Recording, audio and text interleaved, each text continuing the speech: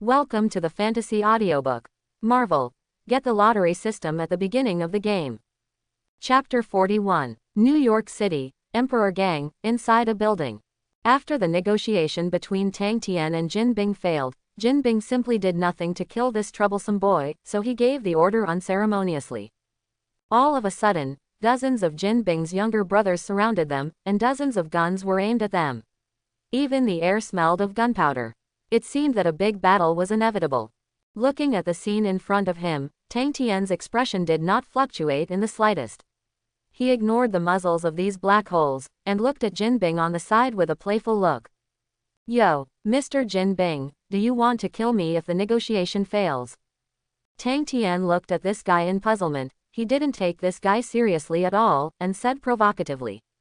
"HMPH, stop talking nonsense. Who doesn't know that the night in New York City is my golden fat man's territory? If you dare to come here to find trouble, you are dead."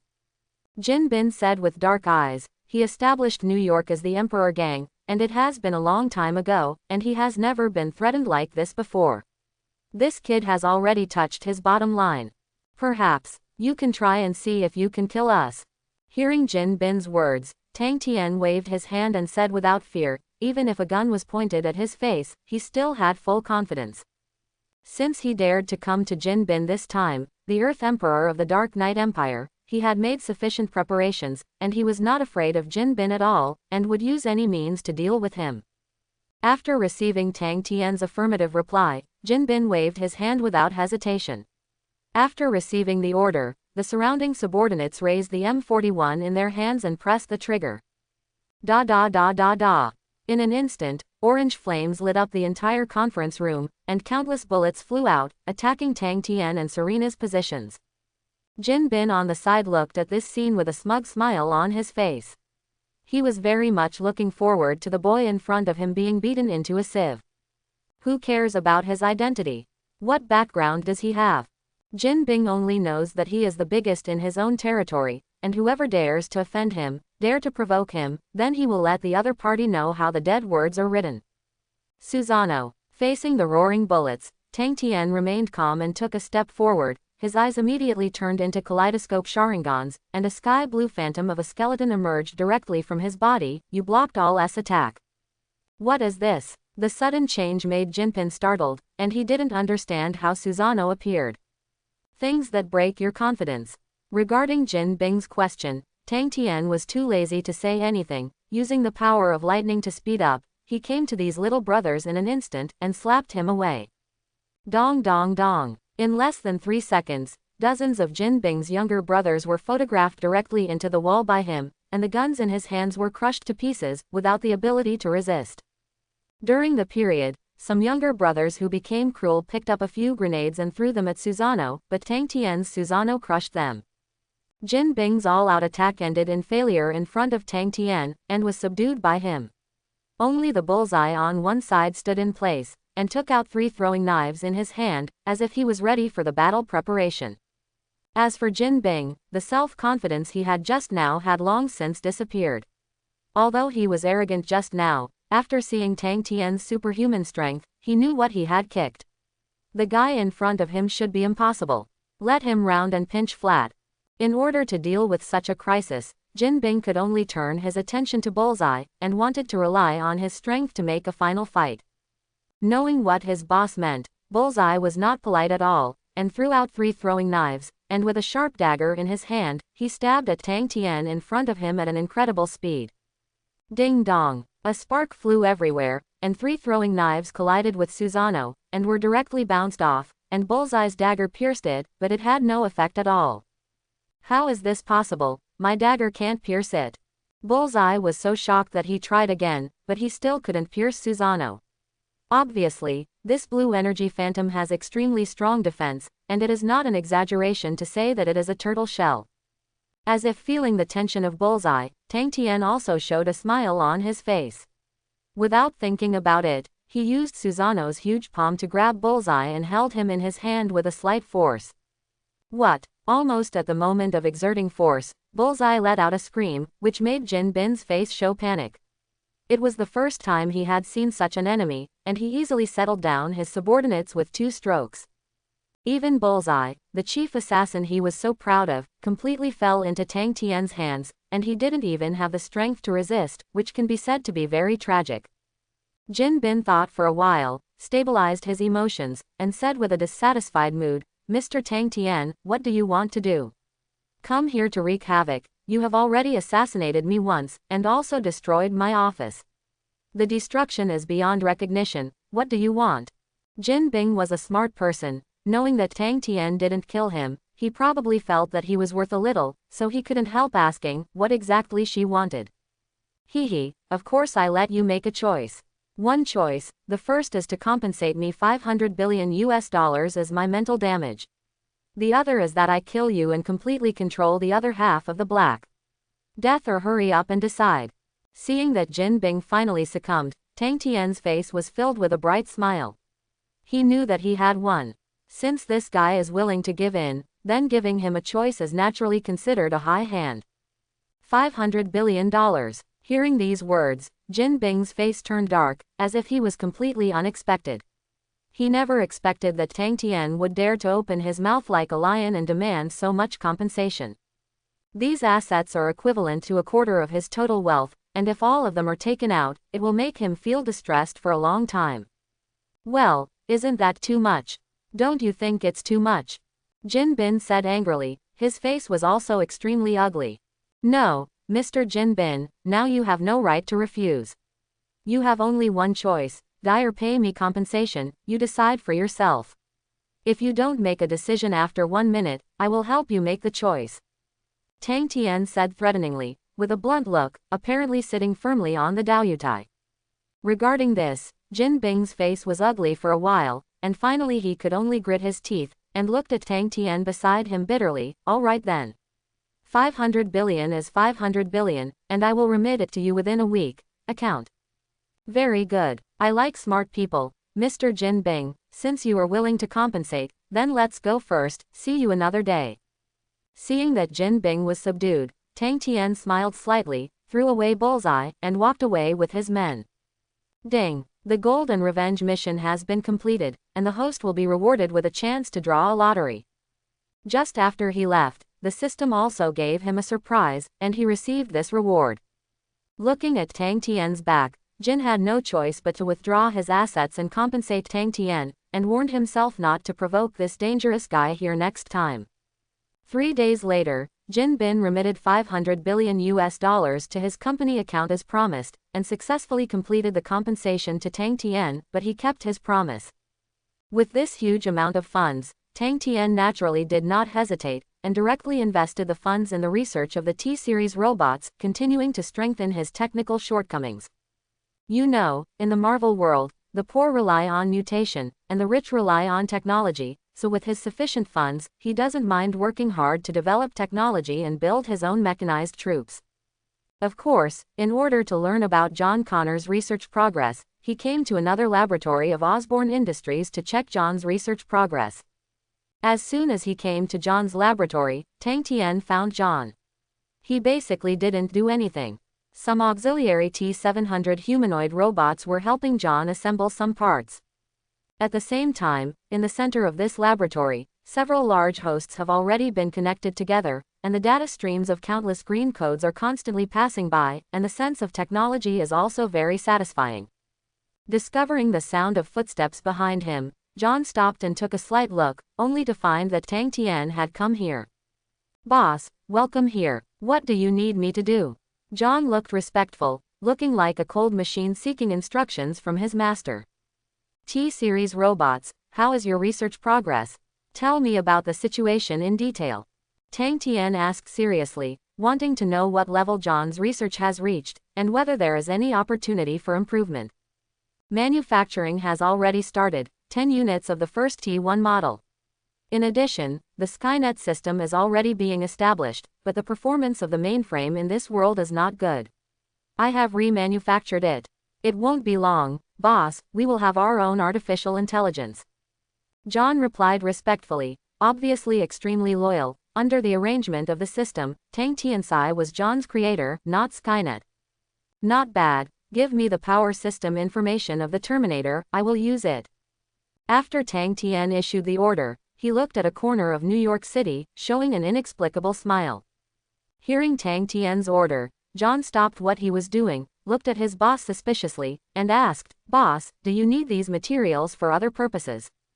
"That's right, it's been a while in the Marvel world, it's time to meet our little hero Tony Stark."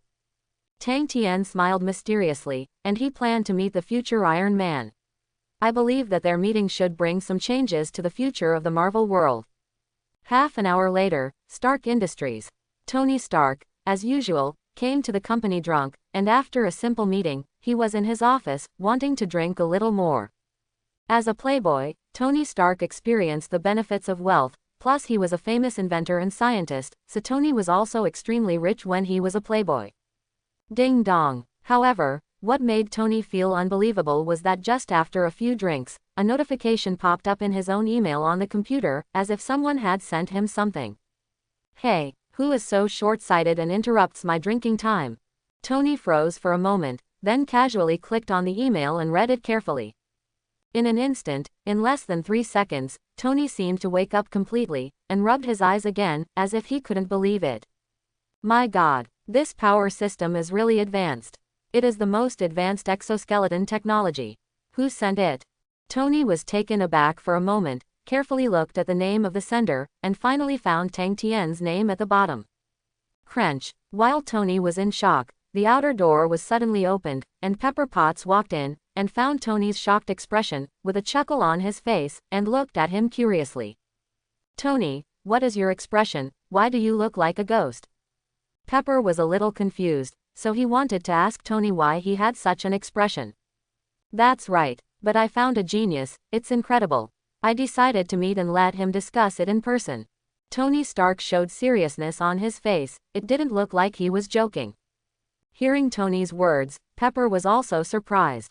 He had never seen this kind of expression before. In her opinion, Tony had always been a playboy, and he was also a drunkard. It was not easy to get along with this expression. On the other side, in Osborn Industries, Deadpool looked at the invitation sent by Tony Stark, and also showed a hellish expression. "Boss, am I dazzled?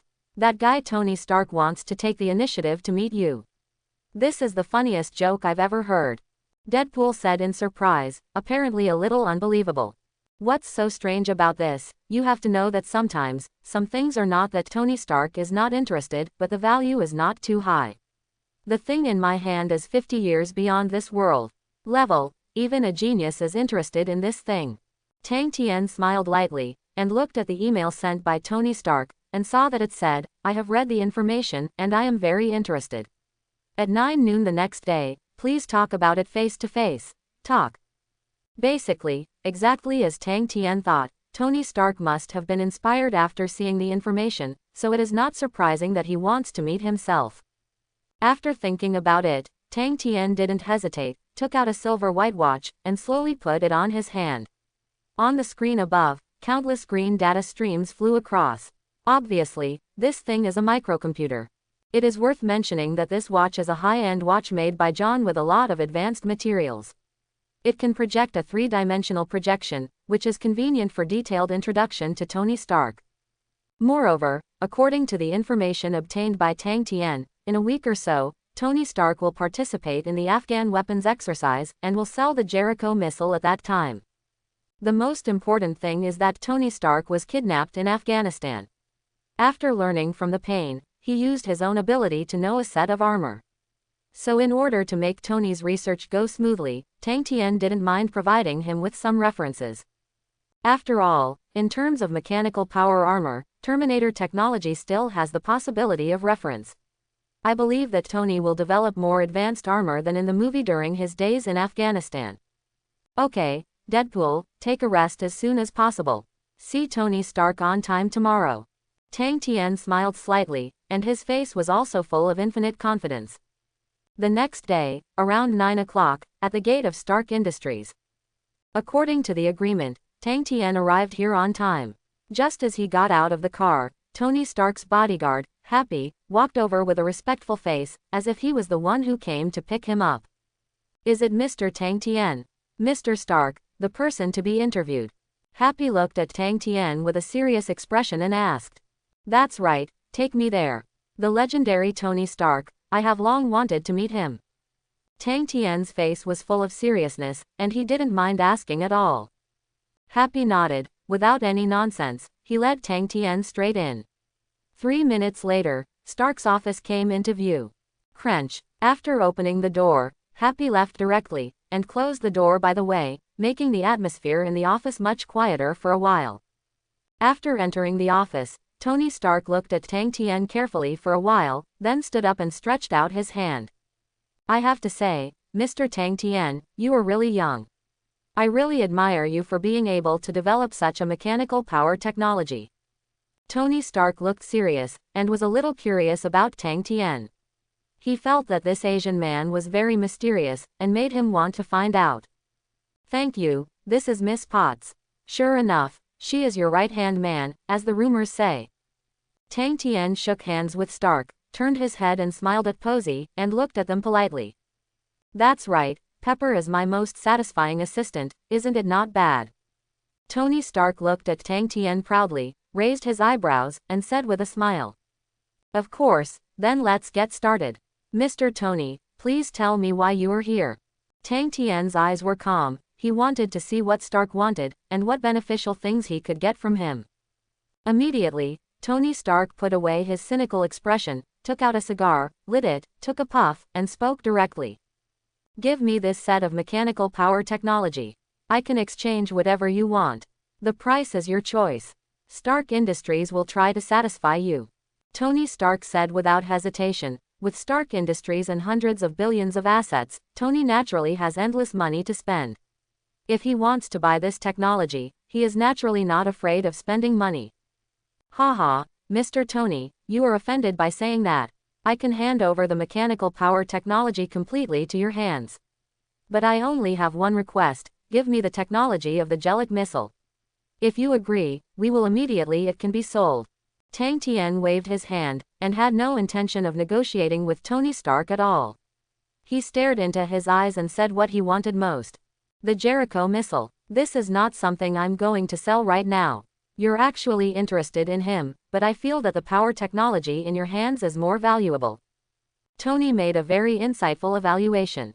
He was not reluctant to part with this technology, but felt that Tang Tian's requirements were too low, which made him a little unimaginable. Originally, he thought that the other party would want the shares of Stark Industries, or the arc-style reactor technology, but unexpectedly, what the other party wanted was only advanced weapon technology. It's nothing. I prefer the destructive power of weapons. Such a deal is not too much of a loss for me. Tang Tian smiled slightly, knowing that the other party was about to go to Afghanistan, so he naturally wanted to put such a weapon in the palm of his hand.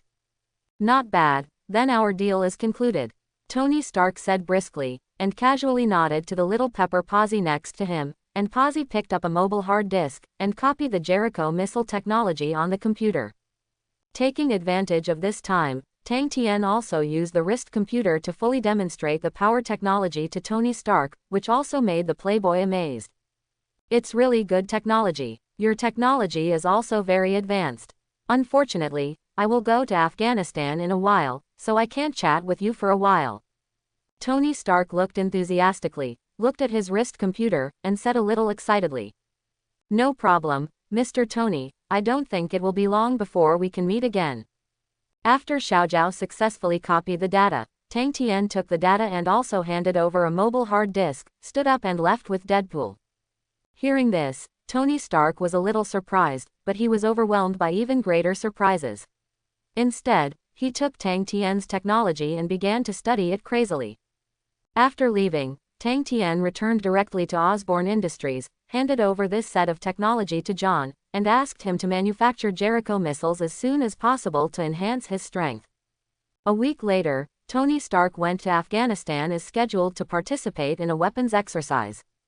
Tang Tian didn't feel strange about this at all. This was an inevitable development of history. The appearance of Tony Stark also proved the arrival of the Age of Heroes. On the other side, on an ice surface in the Arctic Ocean, Nick Fury's 8th level agent Coulson, with a group of agents, came to this place again. Afterwards, they began to divide and cooperate. A machine was placed on the ice and began to cut the ice quickly, as if looking for something. Among them, an agent held a metal detector, searched for a while, and finally someone found it, so he immediately came to Coulson. "Sir, we have found the approximate location of Captain America. Should we start digging with all our strength?" The agent looked at Coulson and asked seriously. "Really? Start digging? After all, it's the first superhero. Let's find him. Maybe there's a possibility of resurrecting him." Coulson waved his hand, signaling his subordinates to start working and dig out Captain America with all their might. Soon, the sharp laser cutter began to rotate continuously. After half an hour of cutting, a man wearing a blue mask and holding a shield with the American logo was discovered by them. Looking at the man in front of him, Coulson still had some nostalgia, and muttered to himself, "Finally, the legendary Captain America is found, just wait for him to be resurrected. Then we can protect this world as much as possible." Coulson was looking forward to it, thinking of the order given to him by director Nick Fury, and felt that this mission was very worthwhile. As long as Captain America can be resurrected, the power of S.H.I.E.L.D. can definitely be strengthened. After all, surrounded by powerful enemies, Tang Tian has already established his own power, and he cannot be easily controlled by them.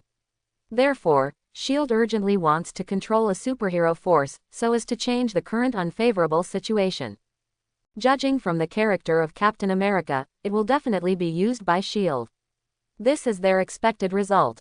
3 days later, the news that Tony Stark was kidnapped in Afghanistan was spread all over the streets, and the entire United States was boiling over it.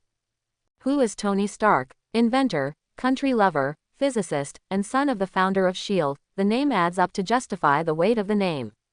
Therefore, 3 days after Tony Stark disappeared, Nick Fury was a little anxious, and sent S.H.I.E.L.D. agents to obtain information urgently. As a result, in Afghanistan, a place where birds don't shit, it is naturally not troublesome to obtain information, but the personnel who sent the operation have not been found for the time being. Crunch. Just as Nick Fury was thinking, the door opened, and Coulson walked in without knocking, with an excited look on his face. "Coulson, what happened?" Nick Fury asked thoughtfully, hoping for some good news, otherwise it would make him a little troubled. After thinking about it, a good thing happened before, that is, the frozen Captain America was discovered, and they had dug it back from the Arctic Ocean, and sent it directly to the secret stronghold of S.H.I.E.L.D. for thawing.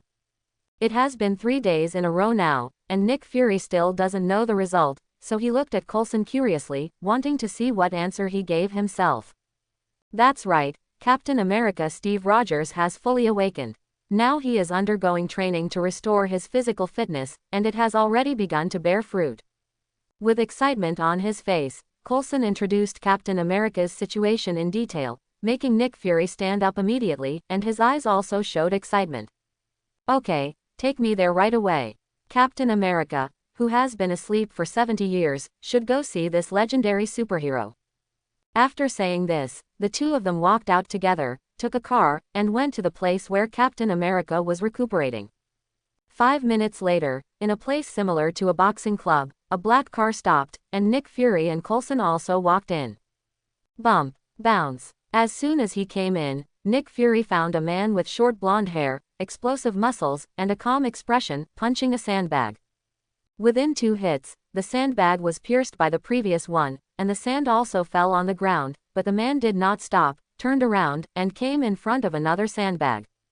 "Sure enough, you are the first superhero in this world. I admire your strength. How do you feel? Have you recovered?" Nick Fury said politely, wanting to see how Captain America is doing. "No problem, my condition has basically recovered. It just feels like I can't fulfill the agreement. 70 years have passed, and everything has changed." Rogers said with a sigh that in order to thwart the Red Skull's conspiracy, he finally chose to sacrifice himself, which resulted in the failure to fulfill the agreement with Carter. "Let me introduce myself. My name is Nick Fury, the director of S.H.I.E.L.D. First of all, I'm glad you can wake up, but you'll be done soon, soldier." Nick Fury looked at Rogers and felt happy for the first time. Such a brainwashed superhero is suitable to be a helper of S.H.I.E.L.D. "Understood, sir. What do I need to do?" Rogers did not hesitate, and directly accepted Nick Fury's order, waiting for his arrangement. "Very good, go save someone. His name is Tony Stark, the son of Howard Stark. I already have the information. I hope you can rescue him." Nick Fury talked about the mission in detail, hesitated for a moment, and then added, I will ask the Black Widow to cooperate with you in this operation, and I hope you can hit the ground running. No problem, I will definitely get this done. Rogers readily accepted Nick Fury's order, and followed Coulson to organize his equipment and retrieve the shield he hadn't used for a long time. At the same time, at the airport in New York City, Tang Tian and Deadpool arrived here, preparing to fly to Afghanistan and arrive at the place they wanted to go. Who knew that before he left, Tang Tian's phone vibrated, and when he opened it, it was actually Nick Fury's phone, which made him feel a little curious. Hey, Nick, what can I do for you? Tang Tian asked thoughtfully. He didn't know what task he had this time, and he wanted to trouble himself, he was very clear about this. It's like this, Tony Stark is missing, I need you, please, your super fighters, unite with Captain America to rescue Tony, can you do it? Nick Fury was not sloppy, and explained the purpose of looking for him. His tone was not overbearing, and it seemed to be just an ordinary request. Okay, I'm at the airport right now, don't worry. Tony and I are friends who just met, how could we be willing to let him enter a dangerous place? I accepted this task, but don't contact Captain America, wait to talk to him when we meet, do I still want to fight him? Tang Tian's tone was extraordinarily excited, being able to fight against the first superhero was still a battle he was more eager for. Okay then, enough is enough, and I look forward to your success. Nick Fury hung up the phone with a relieved expression on his face. This time, a total of 3 superheroes were dispatched. This is also the largest force that S.H.I.E.L.D. can muster. With this force, it shouldn't be too difficult for Tony Stark to return from Afghanistan. After hanging up Nick Fury's phone call, Tang Tian and Deadpool also boarded the plane, looking at the blue sky and white clouds outside the window. Boss, did S.H.I.E.L.D. call again? These guys really don't forget to use us, and they don't give us much money. On the plane, Deadpool looked dissatisfied, thinking that S.H.I.E.L.D. is very stingy, far less generous than his boss, and also likes to play tricks. It is a not very authentic organization. It's nothing. S.H.I.E.L.D. is the largest official organization after all. We rely on a big tree to enjoy the shade and develop our own power by the way. This is the best result. Tang Tian explained indifferently. He didn't think being used by S.H.I.E.L.D. was a bad thing. Now that he was developing his power, it was a good idea to borrow the power of S.H.I.E.L.D. That's right, let's talk about strategy, boss, your strategy is stronger. It's enough to turn those guys around. I'm looking forward to it. What will the future look like? Deadpool uttered these words meanly, and before he finished speaking, Tang Tian slapped him on the head, not looking polite at all. Shut up, don't talk, as my subordinate, you have to be a little manly. Don't always be like teasing B. Tang Tian patted Deadpool on the head, and said angrily. After teaching Deadpool a lesson, Tang Tian also closed his eyes, enjoying the rare and comfortable time, and preparing for the thrilling trip to Afghanistan. Afghanistan, scorching sun, in a golden desert. Wearing sunglasses, Tang Tian used the magnetic force to know that a barrier was formed, which helped him block the surging sand and dust, and the hot weather was extremely pleasant. Only Deadpool, with a bitter face, followed Tang Tian, using his immortal body to choose to face the harsh environment in the Middle East.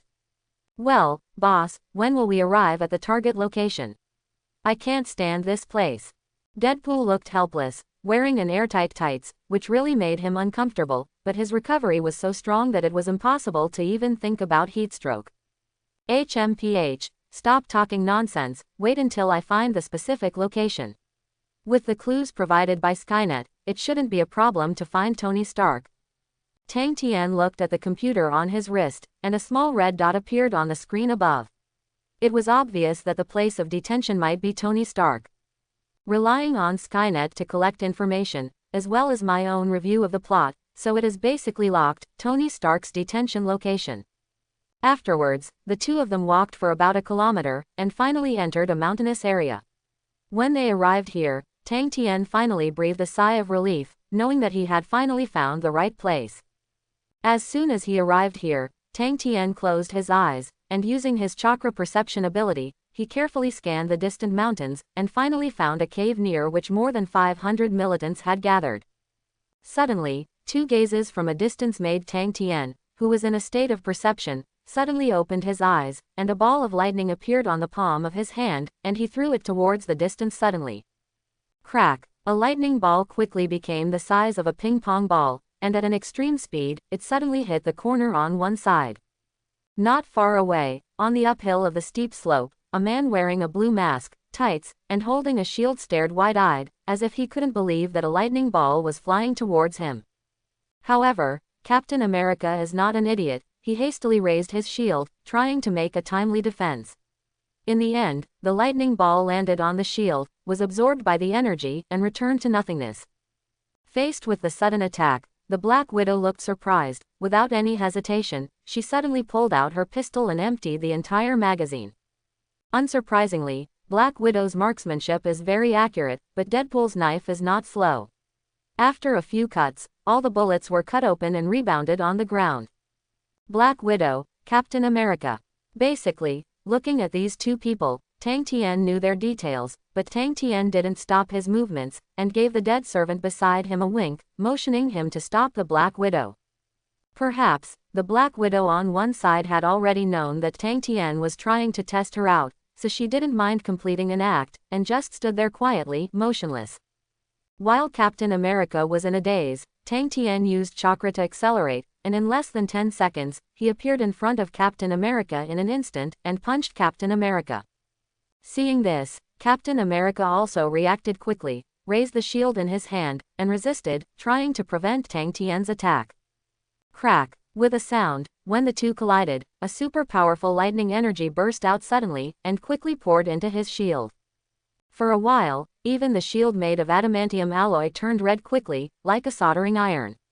The scalding temperature made Captain America a little unsteady. After drawing a distance, Captain America threw out his shield, as if he didn't want to engage in meaningless hand-to-hand combat with Tang Tien. It's a pity that Captain America was still wrong. He overestimated Tang Tien's strength.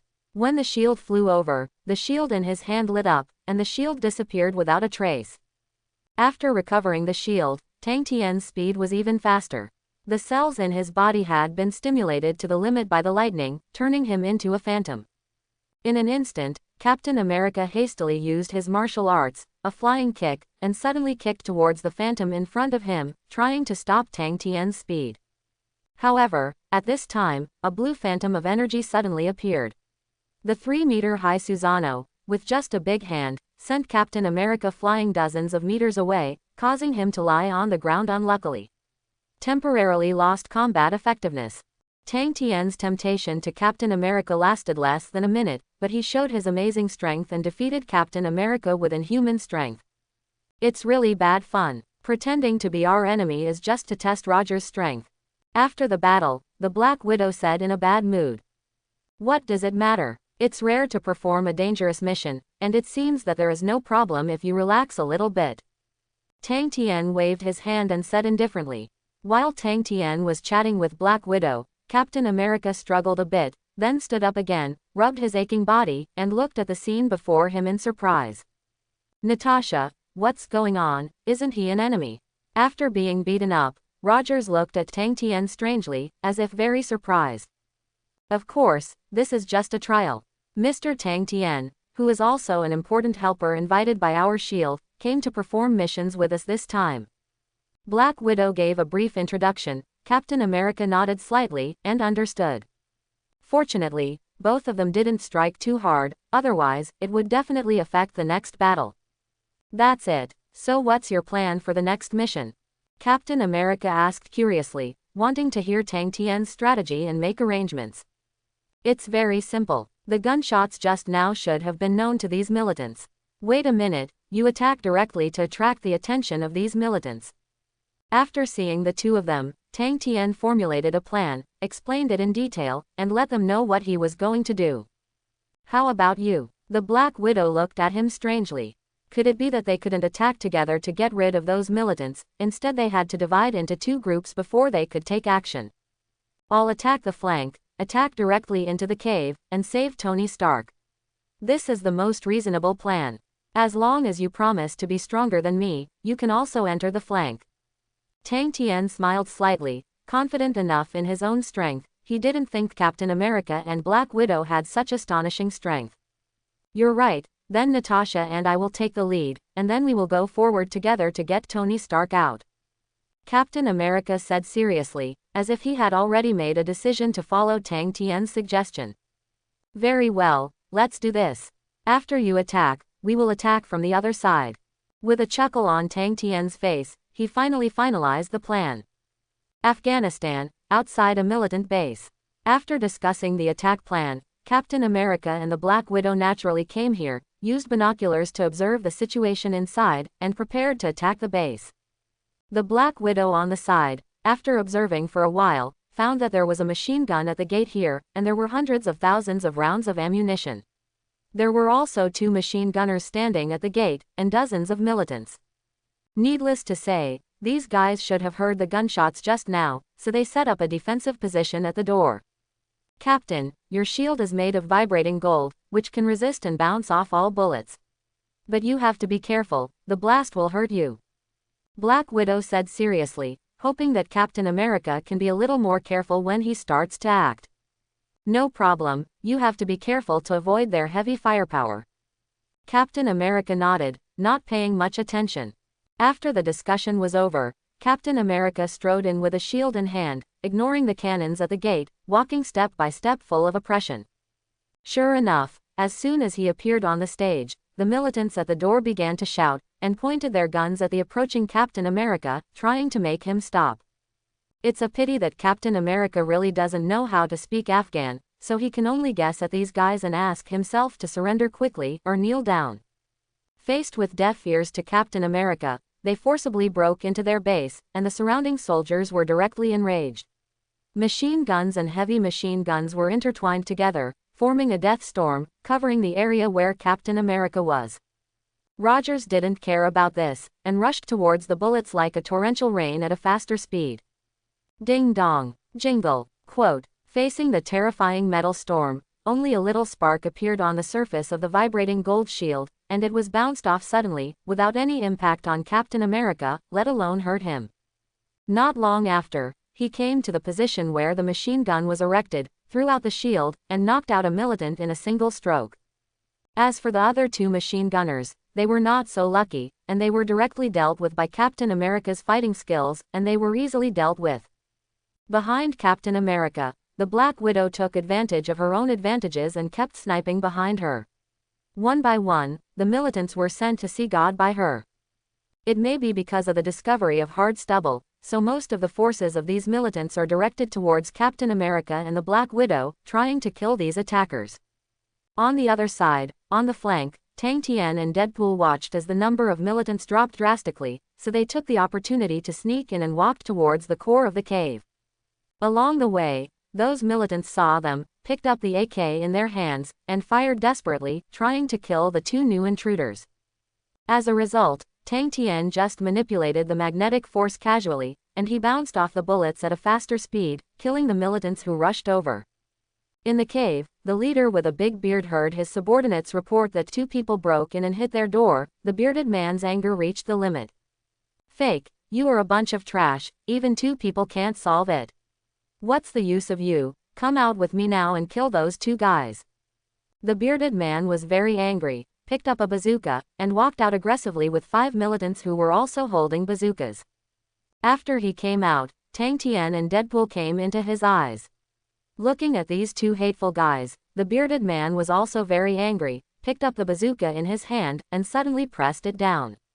Even the subordinates beside him also pressed the bazooka in their hands, and 6 rocket missiles flew towards the 2 of them at an extremely fast speed.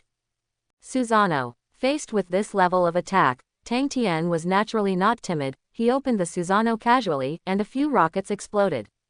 After a burst of gunpowder smoke dissipated, Tang Tian and Deadpool still had nothing to do. Instead, a pair of powerful hands slapped him, and the bearded man and several militants were sent flying, hitting the ground like shells. After being hit by the astonishing force, the bearded man fell to pieces and felt that his whole body was falling apart, but he still had to pick up the communicator, wanting to contact the subordinates inside, and wanting to stop these 2 guys from going save Tony Stark. At this time, in the dark cave, countless militants fired at Tang Tian and the others without hesitation, making the cave brighter. In the next second, the huge fist turned into a flash of lightning, knocking out all these militants. Wherever they went, these militants vomited blood one after another, fell to the ground, and suffered serious injuries. The dead waiter next to him, when he saw someone coming to attack, also drew out his 2 knives, and quickly killed these sneak-attacking guys. Ha ha ha, this battle is really fun, boss, you brought me to a good place. While killing, Deadpool was full of extra joy. Being able to harvest the lives of these militants made him feel extraordinarily good. Of course, these guys have committed many crimes. Killing them is like cleaning up the garbage. As soon as Tang Tian's Susano moved, another group of militants who rushed in were beaten away, and he enjoyed the battle process very much. In comparison, it is impossible to kill those militants so happily in New York City, so this is a rare and good place to harvest lives. Ding! Trigger the mission, save Tony Stark to complete the mission, and reward speed with a chance to draw a lottery. When Tang Tian and Deadpool were more active in killing, the voice of the system suddenly came from his mind, which did not exceed his expectations. Hee, I didn't expect the system to be really powerful. When I was about to rescue Tony Stark, it actually triggered such a mission. In Tang Tian's eyes, the smile became more intense, and his movements were a little faster, and several militants were beaten away by him. Soon, after they fought for a period of time, they came to a pitch-black hole and stopped in their tracks. Looking at the light coming from inside, a smile appeared on Tang Tian's face. We're here, Tony Stark should be inside, let's rush over now. Deadpool, who was his bodyguard, naturally did not object to Tang Xiaodan's order, and the 2 of them rushed over quickly, ignoring the angry gazes of these militants. After walking for a while, they found a blasted iron door, and the lights inside were flickering, as if something was about to come out. In the cave, Tony Stark's temporary laboratory. Tony Stark entered the silver-white exoskeleton armor, tightened some screws, put on the helmet, and urgently ordered Ethan to help him complete the loading of the armor system. And Ethan's 10 fingers jumped up quickly, pressed the program created by Tony, loaded the system of the first-generation steel suit, and wanted to find a chance to escape. Outside, there seems to be a situation. Such dense gunfire is getting closer and closer to us. Tony's eyes were startled. He didn't expect that there were violent gunshots outside. I don't know if there was a fight outside, so Tony was very puzzled. I don't know, but let them in, we are dead, so we must be fast. Ethan's face was filled with sweat, gradually blurring his eyes, but his movements were still fast, just to let Tony's armor complete its operation. Hurry up, it's loaded to 70.00%, give us another 3 minutes, maybe we can escape here. Tony was extremely excited, trapped here in the dark for several days, so he couldn't help but want to escape from this magic cave. After saying this, the gunshots outside were several minutes closer to them. When the gunshots appeared, the 2 of them looked at each other, knowing that trouble might be right around the corner. No, there is not enough time, I must buy time. Ethan sighed, knowing that there was not much time left for them, so Ethan picked up an AK, frantically pressed the trigger, and walked outside. Coincidentally, just outside the gate, an Asian man in a suit and a figure in a red tights appeared in front of his eyes, looking suspiciously at Ethan, who rushed out. Perhaps because of doubts, Ethan saw these 2 people, and pressed the trigger without hesitation, and a shuttle of bullets struck immediately. Unexpectedly, Tang Tian still looked calm, snapped his fingers casually, and the bullets fell on the ground one after another, without causing him any harm. Ethan, I came to rescue Tony Stark, is this how I treat reinforcements? Looking at Ethan's dull expression, Tang Tian said with a smile, walked over and patted him on the shoulder. Hearing this, Ethan finally came to his senses, threw away the gun in his hand, and looked at Tang Tian with a surprised look, seemingly extraordinarily pleasantly surprised. Great, finally someone came to save us. Ethan wept with joy. After experiencing a hellish journey, he hoped that someone could save them, but after thinking about it, he still asked a little uneasy, where are those militants? Is there anyone else coming to save us? Quote, of course, besides the 2 of us, there are people from S.H.I.E.L.D. Tang Tian explained calmly, and walked towards the cave without any nonsense, wanting to see the situation of Tony Stark. As soon as he entered, Tang Tian found Tony Stark, hiding in a huge silver armor. The parts were also removed from various weapons. It looked very rough, but still had a great sense of oppression. "Hi, Tony, long time no see. The power technology I gave you, you finally came in handy." Tang Tian looked at Tony Stark with admiration. He admired this genius very much. With his hard work, since he could know such an aggressive armor. "It's you, Mr. Tang Tian. Have you come to save me?" Tony Stark was very surprised. He didn't expect Tang Tian to dare to come. After thinking about the technology given to him by the other party, it really came in handy, so he also said excitedly, "Thanks to you, the armor is almost finished." Naturally, those guys in New York City are going crazy, so naturally we will come to your rescue. Just finished speaking, the progress bar has reached, the lights of the entire cave have also become dark, and the outside of the cave is even darker. It seems that this set of armor has absorbed all the electricity. Understood. Now that my system is loaded, let's rush out. Kick those guys' asses. Full of confidence, Tony walked straight out with his huge mechanical feet, not forgetting to show a smug smile. "That's fine. You are charging in full force, and I will protect Ethan's safety." Tang Tian didn't care to protect Ethan. In his opinion, he could wipe out all these militants by himself, let alone Tony Stark, the Iron Man. Soon, those militants picked up the searchlights, held up their guns, and immediately walked over, trying to find Tony Stark inside. When the light came on, Tony's silver-white armor accelerated, and the two militants flew out. After finding the enemy, countless bullets struck again. Facing the dense bullets, Tony didn't even need to dodge them. The bullets collided with his armor, only producing a few sparks, and only scattered stray bullets flew over, but were directly chopped off by Deadpool. Just after leaving the cave, the militants outside screamed, so many bullets flew out, but just after firing a few shots, a shield suddenly flew over, and several of those militants were blown away. "Go out." Ding Ching saw that it was Captain America and Black Widow who had rushed over to stop those militants from coming. Swoosh. Boom. Spotting the militants around him, Tony didn't hesitate when he surrounded them again. He opened the joints on his arm, and he released 3 missiles, which slammed into the militants in the distance. Taking advantage of the opportunity of Tony's attack, Tang Tian's movements were not slow. He gently raised his hand, and a ball of lightning shot out directly.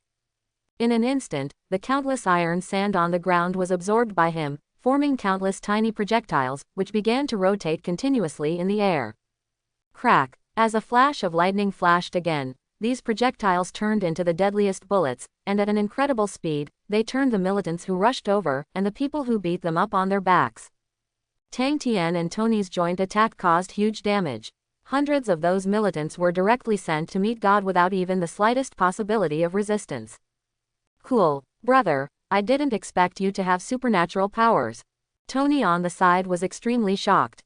He originally thought that Tang Tian was powerful enough to kill him alone in the cave, but he didn't expect that the other party had even more powerful abilities. "It's nothing, it's just a little trick. Let's continue to deal with these guys. After we're done, it's time for us to leave." Tang Tian's eyes were full of murderous intent, and he said without any politeness, as if he had already made his own preparations. After all, when Tang Tian faced the enemy, he was merciless, so it was the best choice to deal with these militants as soon as possible. Outside the cave, the yellow sand on the ground had already been dyed red. Most of the countless militants fell to the ground, and only a few were still resisting. Tang Tian and Tony worked together to wipe out most of the militants, and the Black Widow and Captain America also united to wipe out the reinforcements that came one after another. Finally, at the end of the eradication, the leader of the 10 Commandments gang, Wang Chu, led 30 men and aimed at them with several machine guns and bazookas. "You shouldn't be here, coming here ruined my plan." Wang Chu had a stern look on his face, looking at Tang Tian and Tony's expressions like a hungry wolf. He obviously held a grudge against them. Taking a look at the weapons in their hands, Tang Tian showed a trace of disdain, and said in a playful tone, "Do you really think the fire sticks in your hands are useful? Make a bet, you think they can't hurt a single hair of us." Quote. Tang Tian blew a whistle, with a relaxed expression on his face, ignoring Wang Chu's expression and provoking him, as if he was not afraid of angering Wang Chu. Immediately, a trace of murderous intent flashed across Wang Chu's eyes. As the leader of the 10 Rings gang, Wang Chu had always enjoyed extremely high treatment. Now that he was ridiculed by Tang Tian like this, he could no longer hold back his anger. Fire! With a wave of Wang Chu's hand, countless bullets and rocket missiles flew towards them suddenly, covering their area in an indiscriminate manner. Susano, however, facing a crisis of this magnitude, Tang Tian still had a calm expression on his face, and said these words calmly. All of a sudden, the sky blue Susano appeared again, and an invisible force field easily bounced off these attacks, exploding the rocket missile by the way. My God, this force is really strong. Tony looked into the distance in surprise, as if he was incomparably shocked. In the face of a crisis of this level, Tang Tian was able to handle it easily, which made Tony very admired. After resisting all the attacks, a 10-fist sword appeared in Tang Tian's right hand, and a strong electric light radiated from his hand, and the lightning sword of pure energy was completely condensed successfully. Go to hell for me. Lightning slash. After saying these words, a bolt of sword energy composed of lightning suddenly smashed towards Wang Chu and the others at an extreme speed. In the end, this powerful force exploded in an instant, creating a huge air current. All these militants were also blown out. Even Wang Chu was unlucky. When the thunderstorm struck, his whole body was paralyzed, and he fell hard to the ground not far away, not knowing whether he would live or die. Then, when Tang Tian had dealt with all the troubles, the Black Widow and Captain America also came over, looking at the base they had destroyed, with surprise in their eyes. Tang Tian, did you go too far this time? Black Widow frowned, feeling that the killing was a bit fierce this time, it might not be good, so she explained to S.H.I.E.L.D. In Black Widow's impression, superheroes shouldn't kill. Doing so should affect the reputation of superheroes and cause very unfavorable troubles. Yes, I also think it's a little too much, so I just knocked all these people out. Knowing Tang Tian's ruthlessness, Captain America was naturally a little unhappy, thinking that his actions were too merciless. It's just a group of militants. They don't have any human rights at all. If I kill them, it can be regarded as eliminating harm for the people. Well, don't say too much, get out of this place first. Tang Tian waved his hand, took Iron Man, and walked towards the distance. After a while, he left this hellish militant base. Regarding Tang Tian's explanation, Black Widow and Captain America also showed a little dissatisfaction, but in the end they didn't say much, they could only try to persuade him later. Besides, the most important thing right now is to leave this place and report to S.H.I.E.L.D. that the task has been completed, so they can only keep silent for a while. After a while, they walked into a piece of yellow sand. Tang Tian stopped suddenly, snapped his fingers, and 2 deck chairs with sun umbrellas appeared in front of their eyes. Whoa, am I kidding? There are recliners in this place. Tony's eyes lit up, he quickly removed the armor on his body, and lay on the ground with a faceless face. Even Ethan followed suit, lying under the parasol, resting happily. How did you do it? Looking at the thing that appeared out of thin air, the Black Widow asked unexpectedly, not knowing how he conjured it. Hearing what the Black Widow said, Tang Tian didn't mind pointing to the ring in his hand, and explained indifferently, "Na ring, the legendary space equipment, can hold a lot of things. Besides the reclining chair, I also have how about a lot to eat." Sure enough, when it came to the word space equipment, Black Widow was very shocked. Equipment that can compress space is almost unheard of in this world. Regarding the interest of the Black Widow, Tang Tian didn't bother to explain anything, he just snapped his fingers, and some fresh hamburgers and instant steaks lay quietly in the desert. Seeing this, Tony and Ethan were not polite. They picked up the food and started eating. Thinking of the dark food he ate before, he felt extremely uncomfortable. 10 minutes later, when Tony and Ethan were full, Tang Tian took out his phone, dialed Colonel Rhodes' number, and contacted Colonel Rhodes. "Hey, who is it?" Colonel Rhodes asked strangely. He is currently in a state of desperation, and is relying on the power of the military to directly find Tony Stark, so his tone is a little impatient. "It's me, Tang Tian, a member of S.H.I.E.L.D. We have rescued Tony Stark. Send someone to where we are. I believe that with your technology, we can lock our location." Tang Tian said unhurriedly, turned his head to look at Tony who was soundly asleep, and said with a smile. "What, I see, wait for me for an hour. I will come here immediately, you must not go away." After getting an important clue, Colonel Rhodes almost jumped up.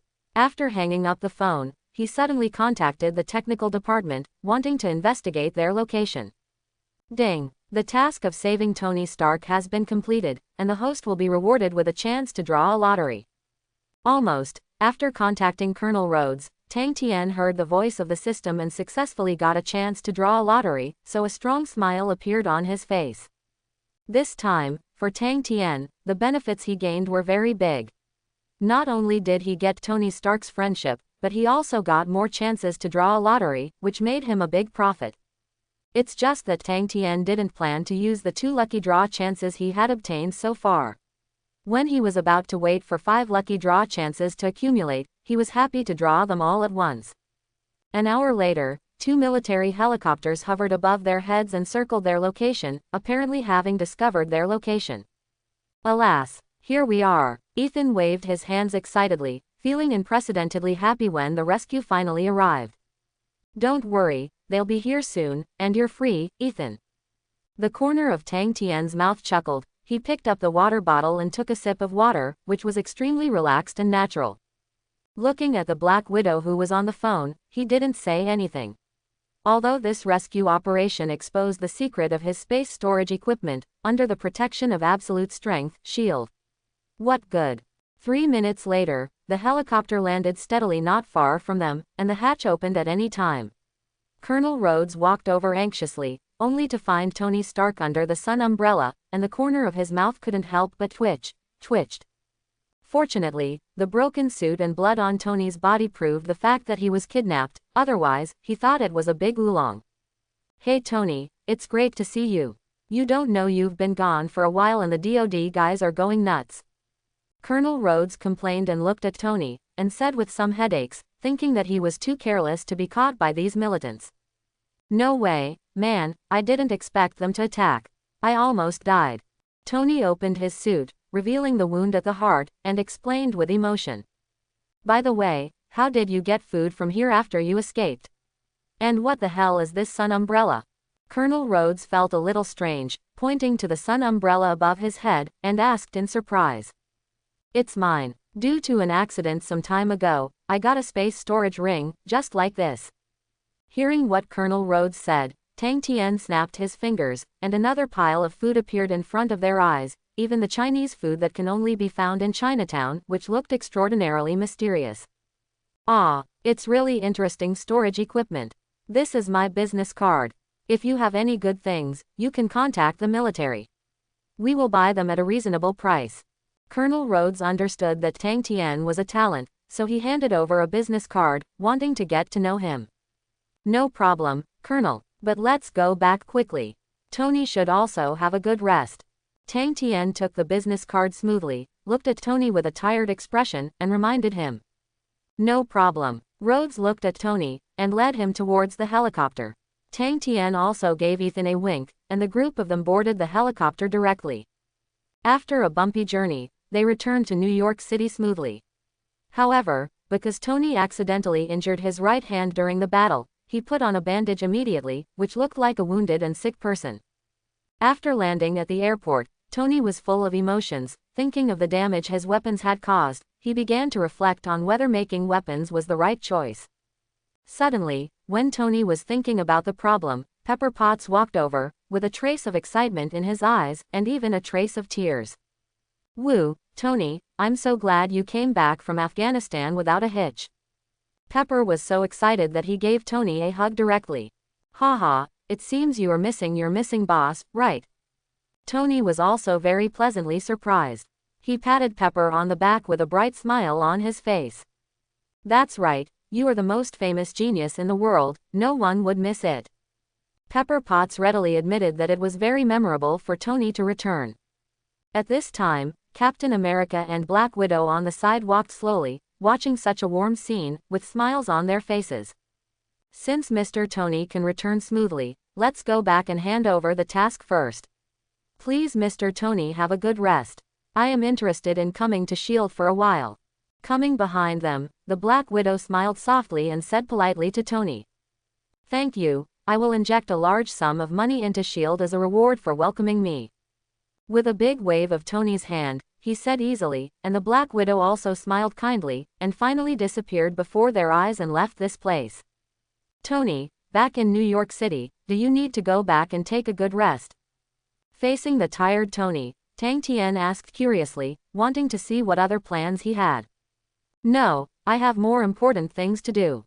Hearing Tang Tian's words, Tony shook his head and looked at Potts, and said very seriously, Potts, hold a press conference for me immediately, I want to announce something important.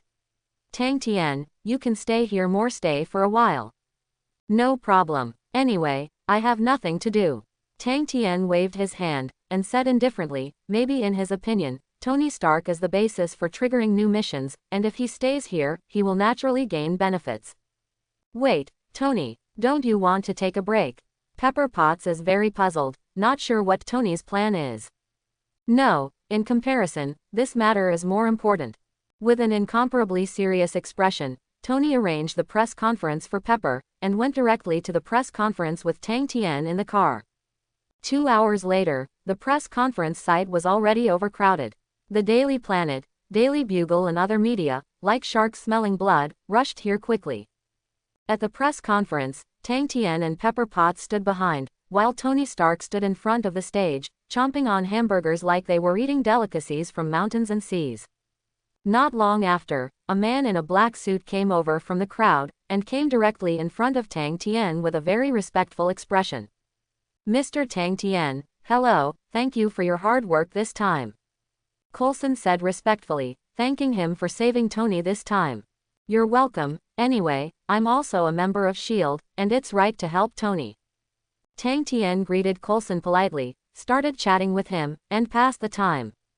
Of course, during the chatting process, Coulson kept knocking on the sidelines, what kind of power and equipment he had, and wanted to see if he had any good things. However, every time Tang Tian talked about this, he always smiled and said nothing. Obviously he didn't want to talk to him at all, and made this topic invisible.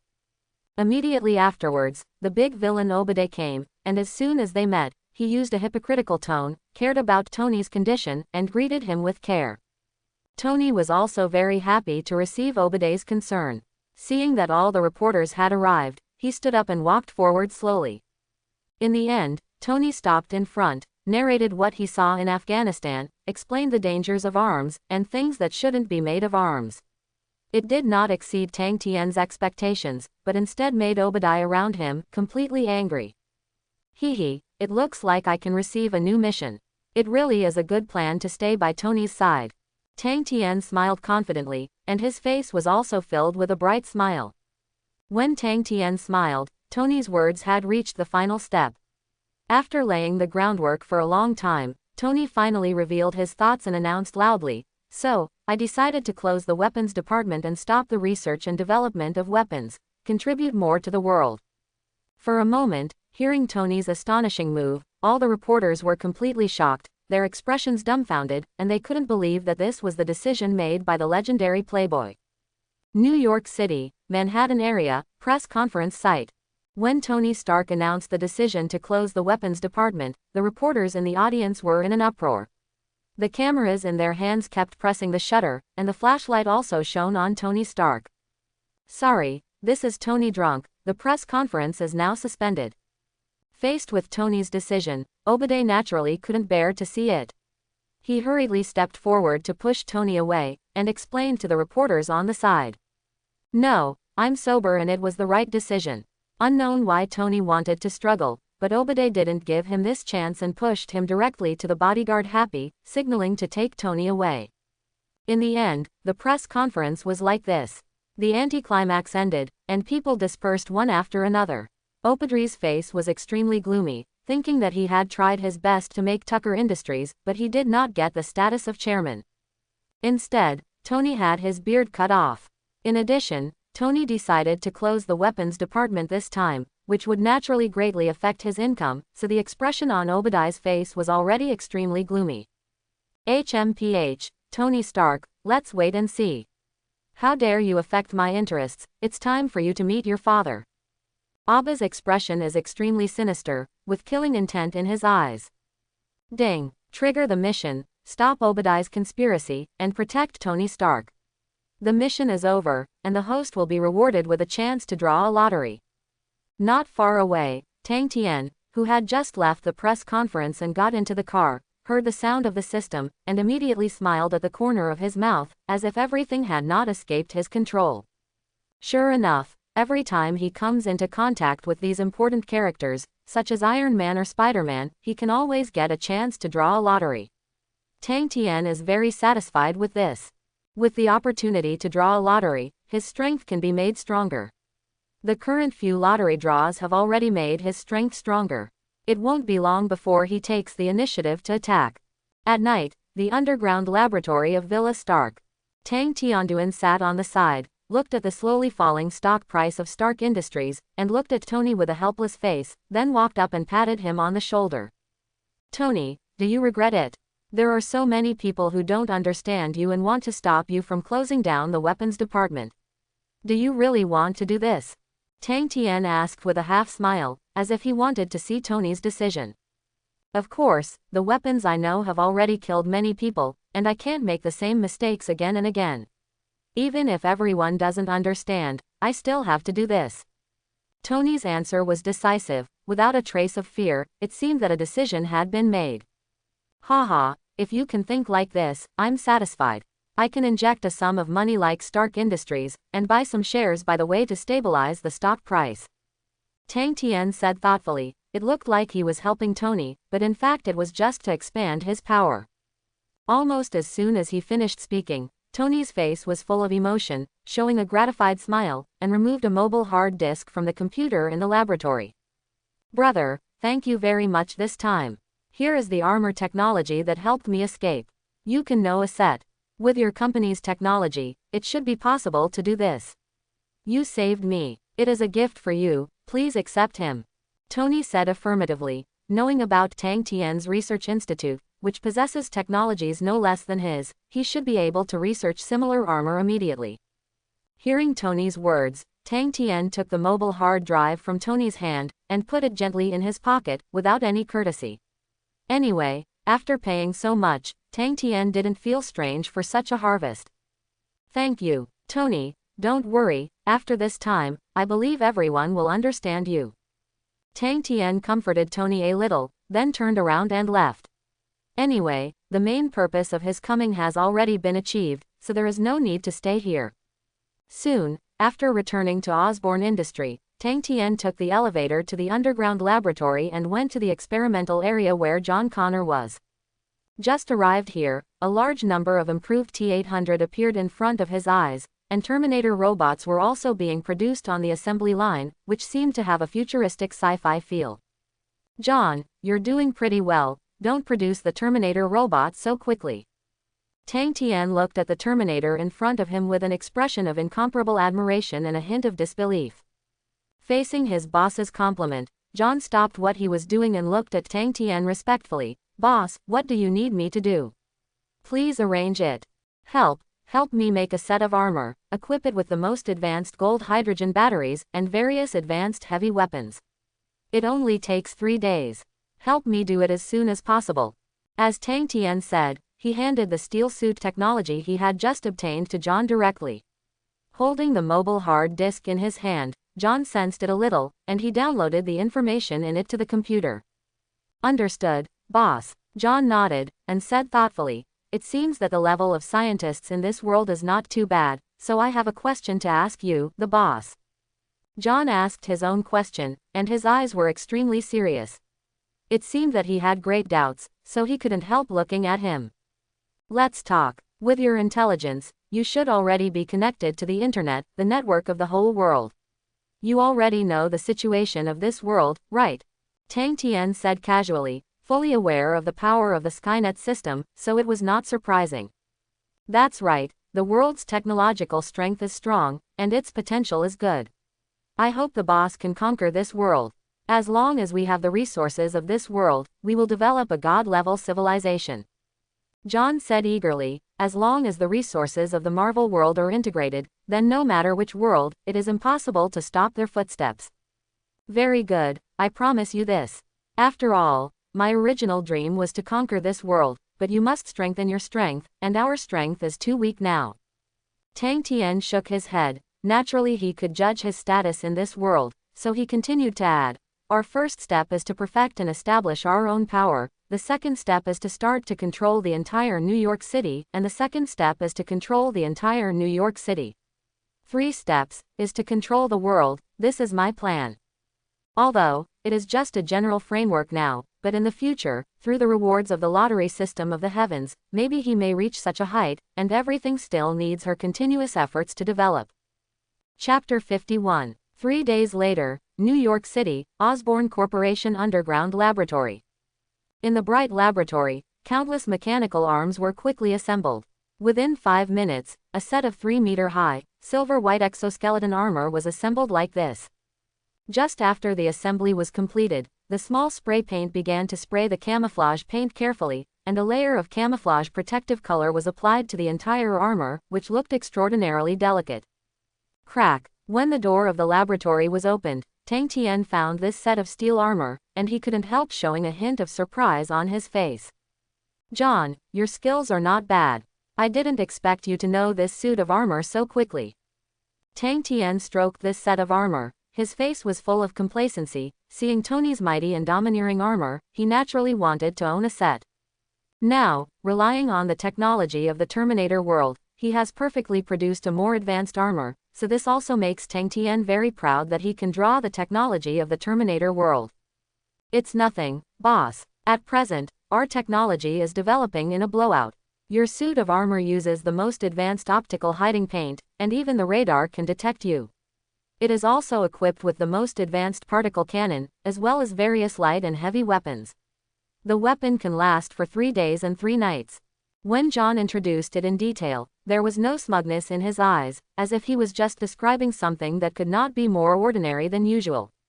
Okay, I've taken this armor away, and you continue to do your job well. Tang Tian walked over, stretched out his hand and touched the armor in front of him, and the armor disappeared, and he also received it in the storage ring. After taking away the armor he wanted, Tang Tian came to the top of the Osborne Industries building. The armor he put on turned into a shooting star and flew towards Stark's villa. At this time, in Stark's villa, Tony Stark concentrated on studying his own armor. Just when there was a breakthrough, a hole was smashed in the ceiling above his head, and it penetrated Stark's armor, of a luxury car. Ding Qing saw that it turned out to be a set of camouflage power armor, which fell into his room, and the position of the helmet was opened, and he saw his brother who had disappeared for 3 days. Brother, what are you doing? This is a Lamborghini with top configuration for $8,000 million. Seeing that his beloved car was smashed through a hole, Tony's head grew dizzy for a while, and he said with some dissatisfaction. Crack. After opening the armor, Tang Tian walked out with a smile on his face, ignoring Tony who had turned into a bitter face, and walked in front of him swaggeringly. Come on, Tony, a mere $8,000 million is just a drizzle for you. Compared with this, I'm here to see your research progress, Tang Tian said with a smile, completely suppressing Tony's dissatisfaction, completely turning it into nothingness. Okay then, you came just in time. Since you have already made it, why don't you show me how to make the armor? With fanaticism on his face, Tony looked at the armor on Tang Tian's body in surprise, as if looking at a work of art, which made him feel a little speechless. Okay, what do you want to ask? Tang Tian waved his hand, wanting to see if Tony could help him. Anyway, he knew the performance of this suit of armor, so it would naturally help Tony Stark. What percentage is more suitable for the axial load-bearing capacity of the power armor? Tony Stark wanted to ask this question very much. Now the power armor has basically been completed, except for some technical problems, it can already be manufactured. 2.5%. This is the conclusion I have reached after dozens of experiments. Whether it is acceleration or flight, it is the best choice. Tang Tian blurted it out without even thinking about it, and it made Tony immediately start trying, and finally decided on a level of 2.5%, which was considered the most suitable level. Jarvis, add the shell, I want to test it right away. After breaking through the technical difficulties, Tony was extremely happy, ordered his artificial intelligence, and began to install the shell. Yes, sir. Jarvis stood in the center of the laboratory, and the countless mechanical arms started to move, and the shells were installed. In this way, a set of shining silver armor appeared in front of Tang Tian's eyes. Cool, Tony, it's finally a success. Tang Tian's face was full of joy, so that Iron Man was officially born, and he was one step closer to his mission. Haha, yes, then, how about Tang Tian flying out with me to have fun, and take a test by the way? Tony asked expectantly. He couldn't wait to spread his wings and fly. Okay, anyway, I haven't passed the test in this area. Tang Tian didn't object. Putting on this set of armor, the two of them accelerated for a while, and flew out from the passage of the garage, heading into the dark night sky. Awesome and cool. After using the armor continuously and flying several laps, Tony shouted excitedly, his tone full of pride, and felt that he was a little proud. Tang Tian also flew to the side, using the superiority of the Terminator's armor. He was almost omnipotent in heaven and earth, and he also felt unprecedentedly happy with the feeling of moving at such a high speed. Well, Tang Tian, go to the sky with me. The sky is the place I yearn for. Let's go forward together and see how many meters we can reach. What do you think? The excited Tony did not forget to extend an invitation to Tang Tian, obviously wanting to go high in the sky. Sorry, sir, there will be major accidents due to icing at high altitudes, please choose carefully. Hearing what his master said, Jarvis reminded. No problem, let's try it together. How many meters can we reach? Facing Tony's invitation, Tang Tian readily agreed, and the two of them drove all the way to an altitude of tens of thousands of meters. As a result, during the process of advancing, Tony's armor began to freeze continuously, and finally the system was completely sealed, like a piece of scrap iron, which could fall down. As for Tang Tian on one side, there is naturally nothing wrong with him. The mechanical power technology of the Terminator world is many times more advanced than this world, so this world and the freezing problem that can occur are not too difficult for him, a trouble. So when he saw the falling Tony, Tang Tian accelerated and appeared in front of his eyes. The high-temperature flamethrower was sprayed, and the ice on Tony's body was completely melted, and the system recovered. Thank you, man, for saving my life again. Looks like icing at altitude is a real problem. Tony said the rest of his life, obviously very grateful to Tang Tian. You're welcome, we've already been friends, so you don't have to be so polite. Tang Tian smiled lightly, and didn't take this matter to heart, but thought it was a simple matter that couldn't be simpler. At night, after testing the power armor, Tony found a lot of problems, and asked Jarvis to record them in detail and make corrections. First of all, Tony discovered that the sensor failed when it reached tens of thousands of meters. Even the metal shell must be replaced with organic high-strength metal, so that this suit of armor can be fully qualified. Hey, it's finally over, brother. Why didn't you remind me earlier that there will be a problem of high-altitude icing? After dealing with the issue of his armor, Tony couldn't help asking, always feeling that his brother did it on purpose. Haha, how do I know? I thought you could figure this out. Tang Tian looked at Tony like a fool, and made a joke with him. Fact, I promise I can surpass your armor. I'm a genius inventor. Regarding Tang Tian's statement, Tony said stinkingly, but he had the idea of being competitive. Suddenly, while they were chatting, a piece of news appeared on the TV. Tonight, Mr. Tony will donate funds for the third time to the Firefighters Foundation. We will wait for Mr. Tony's attendance. Sir, the person in charge of the foundation has invited you to attend this event. Jarvis received the communication and immediately reminded Tony. Ah, another boring event. Jarvis, help me cancel this event. Tony looked disdainful. In his opinion, it is better to study his own armor carefully than to participate in this event.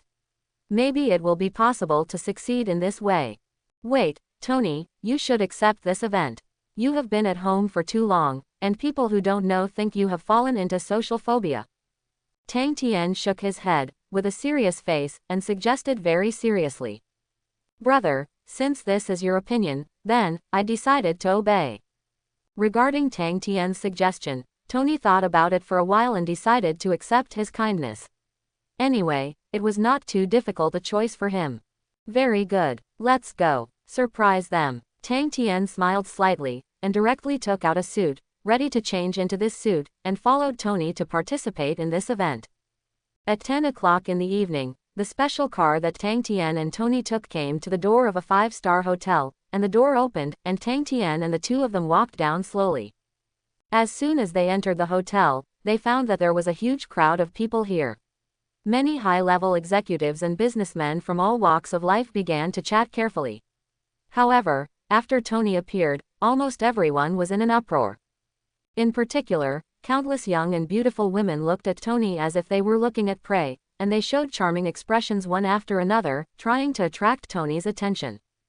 It's a pity that after a trip to Afghanistan, Tony has already been completely reborn.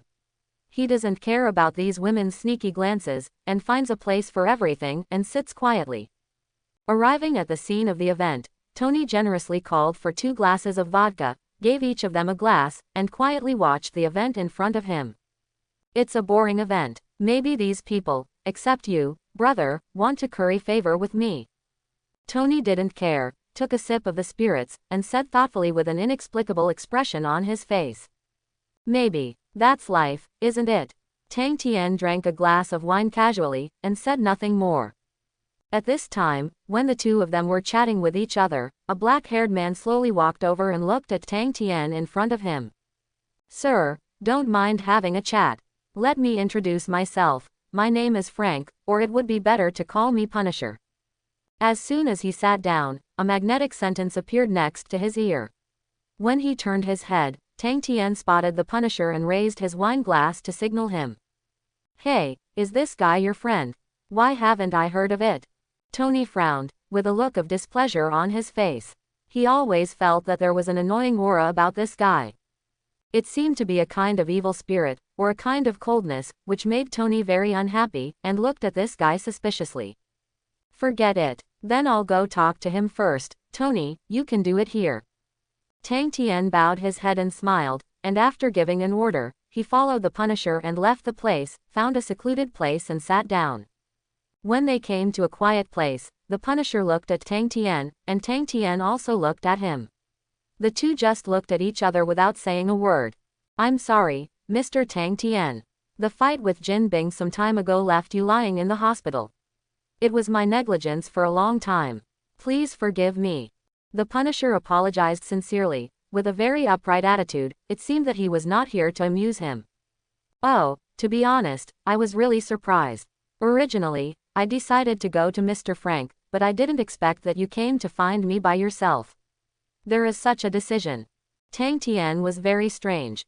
Although he caused trouble for Jin Bing, when he came to the Punisher, he stopped instead and did not seek revenge from the Punisher. After all, in the Marvel world, the Punisher is both good and evil. He is said to be a superhero, but the other party is ruthless and ruthless. When encountering a supervillain, he always kills him without hesitation. It is said that he is a villain, and the other party continues to eliminate crimes, using violence to control violence, maintaining a large degree of stability and making crime disappear invisible. In short, Frank the Punisher is a very complicated person, so that's why Tang Tian didn't look for him for the time being. It's very simple. You punished Jin Bing and made him restrain himself a lot. And you show no mercy to the enemy. From this point of view, the two of us are on the same path. The Punisher's eyes were full of seriousness, and he still said what he wanted to express. So, Mr. Frank, what's the point of coming to see me today? As long as the conditions are reasonable, then I can promise you. Tang Tian said briskly, looking at the Punisher with a smile on his face, wanting to see what he meant. I am willing to be your subordinate. If you meet a guy like Jin Bin, you can leave it to me to deal with it. But if you get into trouble, I hope you can use your status as a member of S.H.I.E.L.D. to help me deal with it. The Punisher demanded that it was obvious that he came up with the idea of taking refuge in Tang Tian, and he made the effort to implement it. Why choose me? Obviously there are other people who can choose. Tang Tian asked thoughtfully, wanting to understand why the Punisher made this decision. You have ambition, ability, and courage in your eyes. Being loyal to you is only good for me, not bad. The Punisher simply said that he also made his own decision.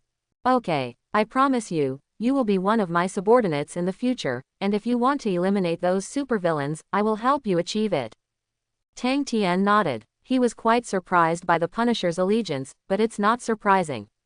They have a basis for mutual use, so this kind of alliance is also a good opportunity. The next morning, in Tang Tian's private villa. After the warm sunlight in the morning filled his bedroom, Tang Tian slowly opened his eyes, stretched his waist, and began to wash. Buzz. Just after washing, Tang Tian found his mobile phone, and there was a vibrating sound. With doubts, he took the mobile phone and connected the call. "Hey buddy, put on your Terminator armor. Come with me to Afghanistan. Put your armor to the test." Tony was very excited, and he couldn't wait to speak as soon as the phone was connected. "Okay, send me the coordinates, let's set off together." Regarding Tony's invitation, Tang Tian naturally readily accepted it, snapped his fingers casually, and the Terminator armor appeared in front of his eyes. 2 hours later, a piece of Afghanistan that was covered with yellow sand suddenly fell, and the two Iron Men shook the ground suddenly. Not far away, a group of militants with AKs had just kidnapped a group of people.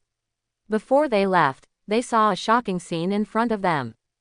"Yo-ho, we can have a big fight soon." After revisiting the old place, Tony was extremely excited. He raised his hands and made a cheering gesture. Naturally, after the militants on one side reacted, they raised their AKs one after another, and fired at them frantically. All of a sudden, the crossfire from dozens of AKs landed on their armor, making the sound of metal clashing, but it didn't do any harm to Tang Tian who was inside the armor. A futile attack. Facing these metal storms, Tang Tian didn't care at all. Facing the hail of bullets, the Terminator armor sped up, and the two militants were sent flying by him, smashed to the ground, spat out a mouthful of blood, and lost live. As for Tony's speed, it wasn't too slow. With a kick, a militant holding an AK was also kicked out by him. As if they understood the difficulty of these two Iron Men, these militants took out a few grenades and threw them out, trying to rely on the effect of the grenades to blow the two Iron Men to pieces. Boom! Unexpectedly, just as the grenade was thrown onto the palms of Tang Tian and Tony, two particle cannons flew across and detonated the grenade, blowing out the two militants on the contrary. The civilians on one side, seeing the scene like mowing grass, were shocked and speechless. From their point of view, these militants are very powerful and often kill their lives. They didn't expect to be tidied up here. This time, Tang Tian and Tony fought very happily. Using the performance of the armor, they cleaned up these militants one by one. Except for some militants who saw the opportunity and pointed their guns at the civilians in front of them, their surroundings were already dead. Not a single living person exists anymore. For the safety of their own lives, the last group of militants took up their rifles and aimed at the women and children among the poor, as if threatening them not to come over. What to do? They took hostages. Tony hesitated. Looking at the militants who had kidnapped the hostages, he asked Tang Tian suspiciously. "Don't worry about it. Kill all the militants, they are all scum and shouldn't live in this world." Tang Tian casually replied that the militants in the distance were also nervous for a while, and the guns they held were trembling constantly, fearing that they would act rashly. After thinking about it, Tang Tian didn't explain much. After several infrared rays aimed at these militants, an M60 popped out from his wrist, and an orange flame flashed across. These militants fell to the ground one after another. Crack! After these militants, Tony casually punched through a wall, pulled out a bearded man, threw it to these civilians, and waved at Tang Tian. "Brother, our mission has been completed. Come back quickly, today is really happy." Tony was full of excitement, and said to Tang Tian through the communicator. "Of course, let's go." Tang Tian didn't object. The two of them turned into a red light and disappeared in place. This time, Tony successfully completed his revenge, and let out a fierce breath. Thinking of how annoying those militants are, Tony wanted to get rid of them all. At this time, after flying for 5 minutes, 2 tank shells suddenly flew towards them. At the critical moment, Tang Tian activated Susanoo to defend against the tank shells. Only Tony was unlucky and was hit the shoulder and hit the ground. Since the shock absorption ability of the steel armor is quite good, Tony didn't suffer any serious injuries. Slowly flying to the ground, Tang Tian saw that Tony on one side had already got up, 2 palm cannons passed by, and the 2 tanks turned into scrap iron, burning a raging fire. After turning around, the explosion sounded again. It turned out that Tang Tian discovered a group of militants hidden nearby, and cleaned them up again, and finally gave them all to God. After dealing with it for a while, they sorted out all the troubles, and the two of them flew in the air, speeding back to the sky above New York City. Ha ha ha, my life of more than 20 years is finally interesting today. Tony was extremely excited. Ever since he was hit in Afghanistan, he has never been as happy as he is today. He is not only taking a bad breath, but also doing some righteous things with his own ability. If there is a chance, let's continue to cooperate. And be careful of Obadiah. I feel that Stark Industries' weapons fell into their hands, and he should be the one who did it. Tang Tian carefully reminded that it was to let Tony guard against Obadiah, and be careful not to be tricked by that guy. Well, I understand, but is it possible that you guessed wrong? After all, he is an old shareholder of Stark Industries, how could he do something about me? Tony was a little surprised, not completely convinced. However, before they finished speaking, a Raptor fighter jet in the sky immediately opened fire, and countless bullets passed by and hit the armor of the two of them. After discovering the military fighter jet attack, Tang Tian also knew that he could not stay for long, so he said very seriously, "Tony, I will leave this fighter jet to you, troublesome." After Tang Tian finished speaking casually, the speed of the Terminator armor was a little faster, and in the blink of an eye, it disappeared in place, looking at Tony dumbfounded. Seeing this, Tony's movements were not slow, and he played hide-and-seek with the Raptor's combat power. After accidentally destroying the fighter, Tony left in despair, and told Colonel Rhodes that he was Iron Man. In this way, with the assistance of Colonel Rhodes, a farce was finally dealt with completely. No one from the military dared to investigate. New York City, Stark Industries, an underground laboratory. Holding red wine, Obadiah Stane slowly came to his secret laboratory, where hundreds of scientists assembled dozens of sets of armor in turn. The overall power is silver-white, about 5 meters high, and equipped with M60 and howitzers all over it. It looks like a war fortress, and there are about 10 sets of them. It is powerful enough to destroy the world at first glance. Moreover, the ability to know these powerful power armors relies entirely on the armor fragments left by Tony in Afghanistan, as well as the program data on the computer. In order to obtain these, Obadiah put in a lot of effort, and finally obtained this technology from the military Wang Chu, which made Obadiah extremely happy. Suddenly, a scientist came over, organized his language, and said to Obadiah seriously, "Sir, the power system of the armor has been manufactured, but it lacks energy. If it relies on a set of batteries, it can only last for an hour. If you want to continue fighting, you must miniaturize the arc-style reactor." Quote. After the scientist explained in detail, there was no slight change on Obadiah's face, as if he had already known the result. "Very good. Put energy on the other 9 sets of armor first, and keep the most powerful set. I have my own way." Obadiah waved his hand and signaled his subordinates to go straight down. After receiving the order, the scientist started to work intensely again, helping Obadiah to fulfill his ambition. Looking at the scene in front of him, the madness in Obadiah's eyes became more intense. "Tony, you forced me to wait for me to produce these weapons.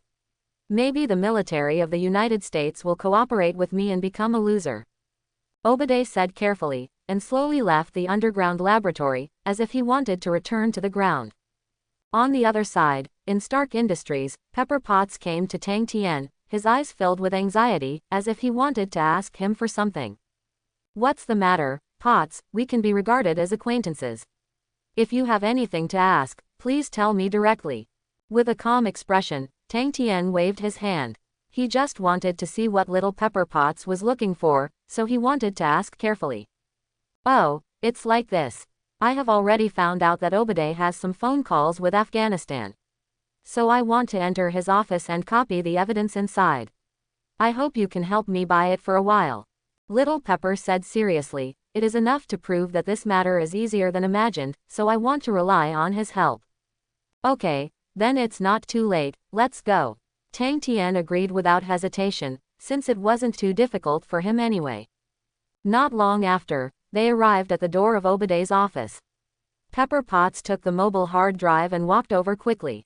After waiting for about 10 minutes, Obadiah walked over calmly. When he found Tang Tian at the door, he was slightly taken aback, as if he didn't understand why Tony's friend appeared in this place.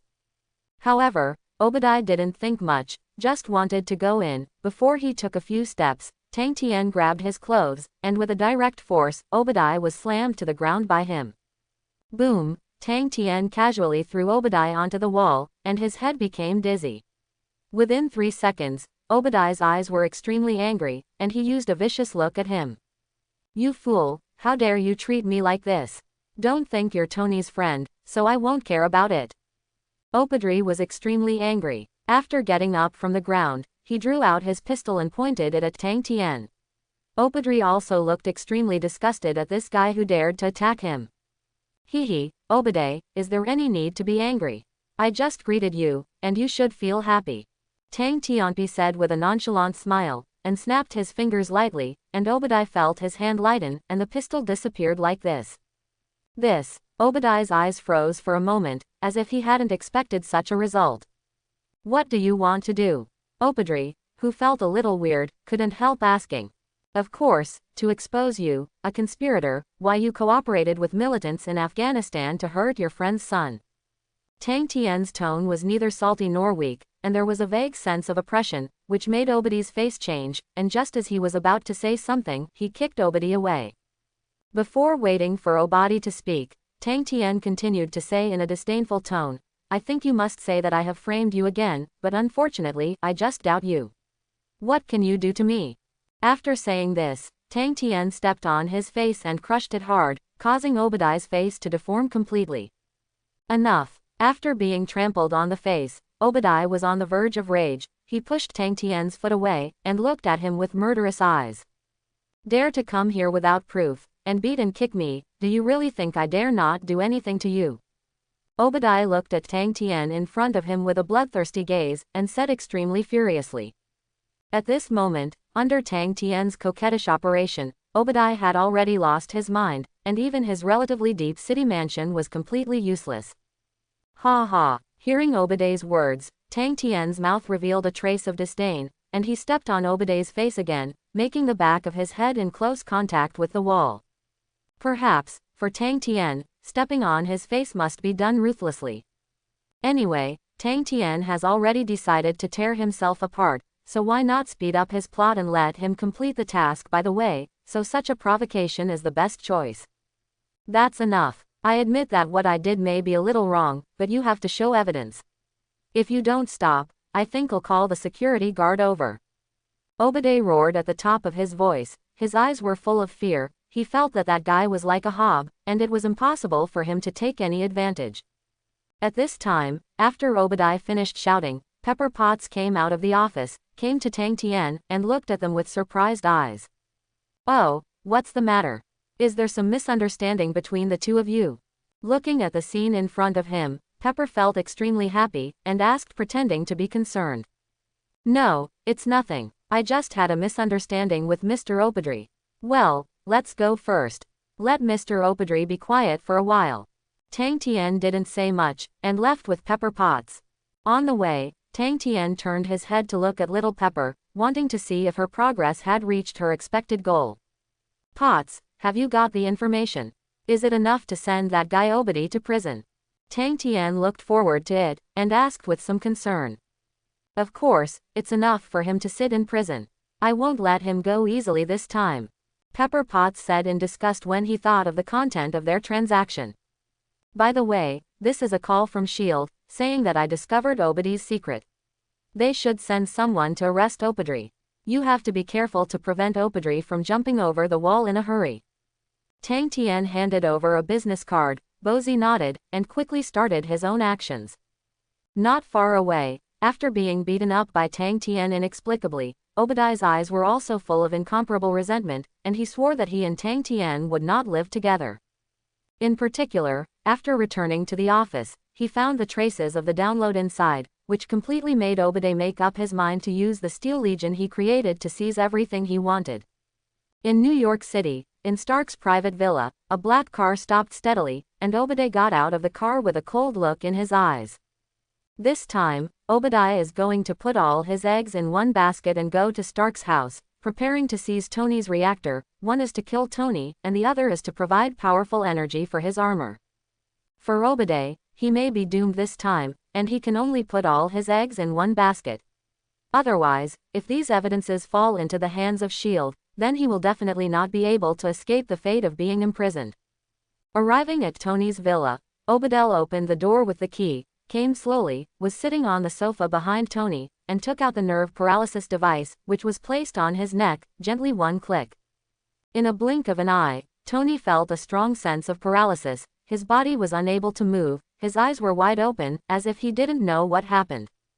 Unfortunately, Tony, I don't want to do this either. Originally, you were in Afghanistan, so it would be better if you died directly. Otherwise, I wouldn't have the troubles I have now, and Stark Industries is also mine. Obadiah smiled coldly, took out the tools, and removed the reactor of the Ark from Tony's body, and said with an unparalleled coldness on his face. You. Tony's face was full of shock, which seemed unbelievable, but he couldn't move his body now, and he could watch Obadiah leave. At this moment, Tony finally understood that Obadiah was the real culprit, and that the militants in Afghanistan attacked him were probably done by Obadiah. 5 minutes later, when the effect of the paralysis eased a little, Tony endured the pain all over his body, and desperately climbed up to the basement, trying to get a reactor inside. Suddenly, there were footsteps coming from behind Tony. Turning his head, he found Tang Tian walking slowly with a silver battery in his hand. Hey, I didn't expect him to make a move so fast. Fortunately, it's too late. Looking at Tony, who fell to the ground, Tang Tian did not hesitate, and inserted the hydrogen metal battery into his heart, absorbing the shrapnel in his body, preventing the shrapnel from flowing into the heart and causing death. In an instant, Tony's condition improved a lot, and the feeling of palpitations also stopped, giving him a feeling of relief. Finally, I can breathe, thank you, brother. Staring at the hydrogen metal battery in his heart, Tony was a little surprised. He didn't expect Tang Tian to come so timely. If he was 3 minutes late, he might be dead. It's nothing, the most important thing now is Obadiah's question, who is that guy, do you finally know? Tang Tian asked seriously, not as if joking. That's right, I already know about that guy's conspiracy. Let's go and stop him. Tony had a serious expression on his face. Thinking of his experience in Afghanistan, and the armor fragments and systems he left behind, he easily thought that Obadiah might create an armor similar to the steel suit. It is good. Tang Tian didn't object, and the two of them rushed out directly, and quickly moved towards Stark Industries' position, accelerating their advance. Of course, considering that the enemy might be extremely powerful this time, they naturally put on armor and prepared to fight against the war machine created by Obadiah. Otherwise, with the strength of a human body, it is simply not comparable to a steel body. Unless Tang Tian can use Susano, otherwise, they will not be able to fight against Obadiah very smoothly. On the other side, at the Stark Industries headquarters, Coulson, who received a call from Pepper, brought a group of agents under him, as well as Captain America, to Stark Industries. Led by Pepper, they came directly outside Obadiah's laboratory, but when they came here, they discovered that an alloy electronic iron gate blocked their way. Looking at this scene, Pepper Potts naturally did not hesitate, and pressed the password, but the display was wrong, which made Pepper also showed an unbelievable expression. How is it possible? Could it be that guy Obadiah changed the password? Pepper Potts was very anxious, and said extremely worried about Coulson. It's okay, leave it to me. A mere iron gate can't stop us. Captain America on one side, with eyes full of seriousness, picked up the shield in his hand, and stabbed directly into the gap in the gate, exerting a little force. Crack! With a sound, the electronic door at the door was suddenly pried open, and even the electronic device next to it burst into sparks, and was eventually scrapped. It can be seen that Captain America is very powerful, and even the extremely defensive electronic gate cannot escape his control. It can be seen that the Super Soldier Project brings reborn power. At this time, in the underground laboratory, Obadiah's face did not change at all when he heard the noise outside. Instead, he put the reactor into this set of Iron Overlord armor. In less than 3 seconds, this set of Iron Overlord armor was fully lit up, which made Obadiah show a confident smile, and opened other Iron Overlord armors by the way, ready to surprise the intruders. At this time, Coulson and Captain America entered the laboratory, observed carefully, and wanted to find the location of Obadiah, but before they found the target, they found a set of cloth at the door of the laboratory. The original steel armor full of bullet holes. It's unbelievable. Obadiah really cooperated with militants. Otherwise, it would be absolutely impossible to have this thing. Coulson frowned, looked at this suit of armor, and said to Little Pepper in shock. Of course, I don't know how much armor this guy has built. We may be in trouble. Little Pepper nodded, hurried forward, and finally came to a spacious laboratory. Using the dim light, he found 10 sets of extremely tall armor. In the dark environment, it was full of infinite oppression. Feel. Coulson in the back was also very surprised when he saw Pepper Potts stop. He looked in front of him carefully, and found that this laboratory is full of huge and incomparable armor, which looks particularly terrifying. Zzzz. When they were shocked and observed these armors also flashed with electromagnetic sparks, and pairs of dark eyes were full of light. Welcome to hell. If you come to offend me, all of you will die. I will use my army to show you my anger. In the darkness, Obadiah's indifferent voice came from inside a set of huge iron Overlord armor, and as soon as his footsteps moved, the huge armor shook the underground laboratory. It can be seen that Obadiah's preparations are very adequate, and it seems that he has already had the idea of killing them all, and after dealing with all this, he will use the military relationship to fulfill his ambition. New York City, Stark Industries, in an underground laboratory. After Little Pepper Potts and Coulson broke in here, the largest Iron Man came out of the group of Iron Overlord armors, stretched out his hand, and punched Little Pepper. For Obadiah, apart from hating Tony Stark, he also hated Tang Tien and Xiao Zhao very much. This time he had the opportunity to kill one of them. Seeing that the Iron Tyrant's fist was about to hit Xiao Zhili, Captain America suddenly rushed forward, raised the shield in his hand, and collided with the Iron Tyrant's fist.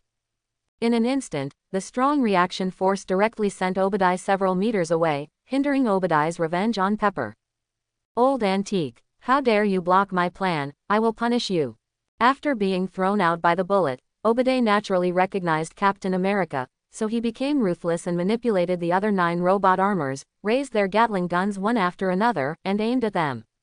Not good. Run, these things are rushing over. Captain America looked at their raised hands, and said nervously to Coulson and the others behind him. Da da da da da. For a while, countless metal storms passed by. Captain America also raised his shield to resist, but it was still too late. The 5 agents were caught off guard and were smashed into a sieve by the dense bullets. Only Coulson and Pepper escaped in front of him, while Captain America still stood in front of him, trying to resist the torrent of metal in front of him. Don't be obsessed with it anymore, just give up. If you continue like this, you will be wanted by the whole of the United States. Captain America said loudly, ignoring the Iron Overlord Legion who followed him, trying to stop them. Ha ha ha, I've come this far, how can I give up? Go to hell, Captain America. Faced with Captain America's persuasion, Obadiah showed a sneer, and the 10 Gatlings pointed at the top of Captain America's head, and directly pressed the trigger. In less than 3 seconds, the ceiling of the underground laboratory collapsed, directly burying Captain America in it. Taking advantage of this opportunity, Obadiah led his Iron Overlord army to officially leave the underground laboratory and smashed the ceiling, destroyed the ground and crawled out. Not yet. When Little Pepper and the others ran to a safe distance, a pair of silver-white hands stretched out directly from the ground, and immediately after, a tall steel giant crawled out from the ground. Not only that, but the other 9 Iron Overlord armors shattered the surrounding ground at once, and stood around Obadiah, like guards protecting his king. Hey, Potts, what's going on with you? While Pepper and the others were looking at the scene in front of them in shock, Tony called and asked about Pepper's situation. My side is very dangerous. That guy Obadiah is crazy. He actually knew that there were 10 sets of armor, and he opened fire without hesitation. Little Pepper's eyes were filled with anxiety and a hint of shock. I see, I'll be right there. When Tony got the news, he immediately hung up the phone, speeded up, and rushed towards this side with Tang Tien. After finishing the phone call, Obadiah also came over, and with the menacing Iron Overlord armored troops, he said to them in a playful tone, "You ruined my hope, and I will also send you to hell of." Abba's expression was extremely sinister, manipulating all the Iron Overlord armor, and Gatling in his hand began to spin. When Gatling's orange flames passed by, a golden red figure suddenly hugged Pepper, accelerated his flight, and avoided Obadiah's bullet. Taking advantage of this gap, Tang Tian accelerated, and using the super acceleration, he suddenly punched Obadiah's Iron Overlord armor. Boom! With a sound, Tang Tian punched the Iron Overlord armor 10 meters away, and rolled down on the street, leaving a deep ravine on the ground. However, after solving Obadiah's armor, the rest of the Iron Overlord armor raised Gatling in their hands one after another, forming a set of crossfire nets again. For a moment, Tang Tian was beaten back again and again. Some shops behind him were beaten into sieves. Even the cars on the side of the road were destroyed by powerful firepower.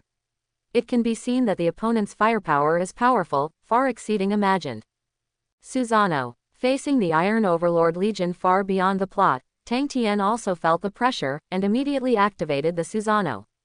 Under the double protection, he was finally immune to these bullets. Pause, it's too dangerous here, I have to send you away first. Brother, please resist for a while. Looking at Obadiah's astonishing firepower in the distance, Tony was also very shocked, but he knew that Pepper would not bring any benefits by staying here, so he asked for it. No problem, I can stand here for a while, but they still can't do anything to me. I also want to meet his legion for a while. Tang Tian said relaxedly. Under such circumstances, he still has his own composure. Hearing Tang Tian's confident words, Tony didn't talk nonsense, and quickly took the little Pepper away from this dangerous place, and flew to a building 10 kilometers away. Stay here with peace of mind, and come out after this matter subsides. After putting down the Pepper, Tony reminded seriously. I understand, you must be careful. If you can't beat it, don't be brave. Pepper said seriously, hoping that Tony would be safe. Don't worry, leave it to me. Tony made a promise, and suddenly accelerated into the sky, disappeared in place, and rushed towards Obadiah's position. At the same time, after being punched flying by Tang Tian, Obadiah got back up again. Since his armor was relatively large, its ability to absorb shocks was naturally stronger than Tony's. Boy, you offended me last time, this time I will definitely make you look good. Obadiah said frantically, grabbed a large truck casually, and suddenly threw it towards Tang Tian's position. Facing the large truck that was thrown over him, Tang Tian caught it steadily, tore open the door smoothly, and pushed the driver inside, which was considered a good deed. It's a pity that Obadiah didn't give him a chance to breathe. A missile on his shoulder flew towards him suddenly, detonating the large truck, and the huge sea of flames completely engulfed Tang Tian's position. Ha ha ha, anyone who offends me should die, I am the strongest. Obadiah laughed wildly, with a sense of revenge. Boring, just this level of attack wants to hurt me. It seems that the last time I stepped on my face, I didn't step on it thoroughly enough. However, in the face of such a level of attack, Tang Tian came out of the sea of flames unharmed, and said in a playful tone. Of course, Obadiah's firepower is indeed 10 times stronger than in the movie, but Tang Tian is not easy to provoke. In order to get this reward, he doesn't mind using all his strength to teach him how to behave. New York City, Manhattan, on the street. When Tang Tian walked out of the sea of flames unscathed, Obadiah looked at Tang Tian in front of him with a cold gaze, and the murderous intent in his heart kept rising. I want this guy who stepped on my face, clean up severely. Basically, in the case of Obadiah, Tang Tian was just a lucky boy who happened to save Tony Stark and got his armor, so he had the capital to fight against him. Boy, I must tear you to pieces. Obadiah roared, and the 9 Iron Overlord armors behind him quickly began to surround Tang Tian. Then come on. Don't think that if you have an army of Iron Overlords, you have a chance to defeat me. Tang Tian said provocatively, although the plot changes this time are a bit big. Obadiah has 9 Iron Overlord armors, but Tang Tian doesn't think he will lose. The game has just started, he naturally wants to experience that guy's strength. No wonder the mission was released this time. It turns out that Obadiah's strength has also been strengthened. Otherwise, Iron Man alone may be able to deal with this guy. Hearing this, Obadiah was not timid at all, cooperated with his Iron Overlord army, grabbed a few empty cars on the road, swung them hard, and slammed them in Tang Tian's direction. Looking at a lot of cars being thrown over, Tang Tian responded calmly. Several missiles flew out from his shoulder, detonating the cars that were thrown at him, and fell to the ground like fireballs one by one. However, the 3 Iron Overlord armors in the sea of flames rushed over suddenly, brandishing their fists of superalloy, rushed into the sea of flames, and slammed towards him suddenly. Ding dong. With a sound, Tang Tian's armor was hit by one of the fists, sparking a little, but it didn't hurt him. Ha ha ha, did you see that? I am the strongest, if you come to offend me, you will all die. Looking at Tang Tian in front of him, Obadiah can be said to be proud of his spring breeze. He has an entire army, which is extremely powerful and powerful enough to destroy all troubles. I don't know what to say, a guy like you will definitely die. I can guarantee that you won't be able to make too much trouble. Tang Tian's eyes were calm. Even if it was the first unfavorable situation, he didn't have much expression on his face.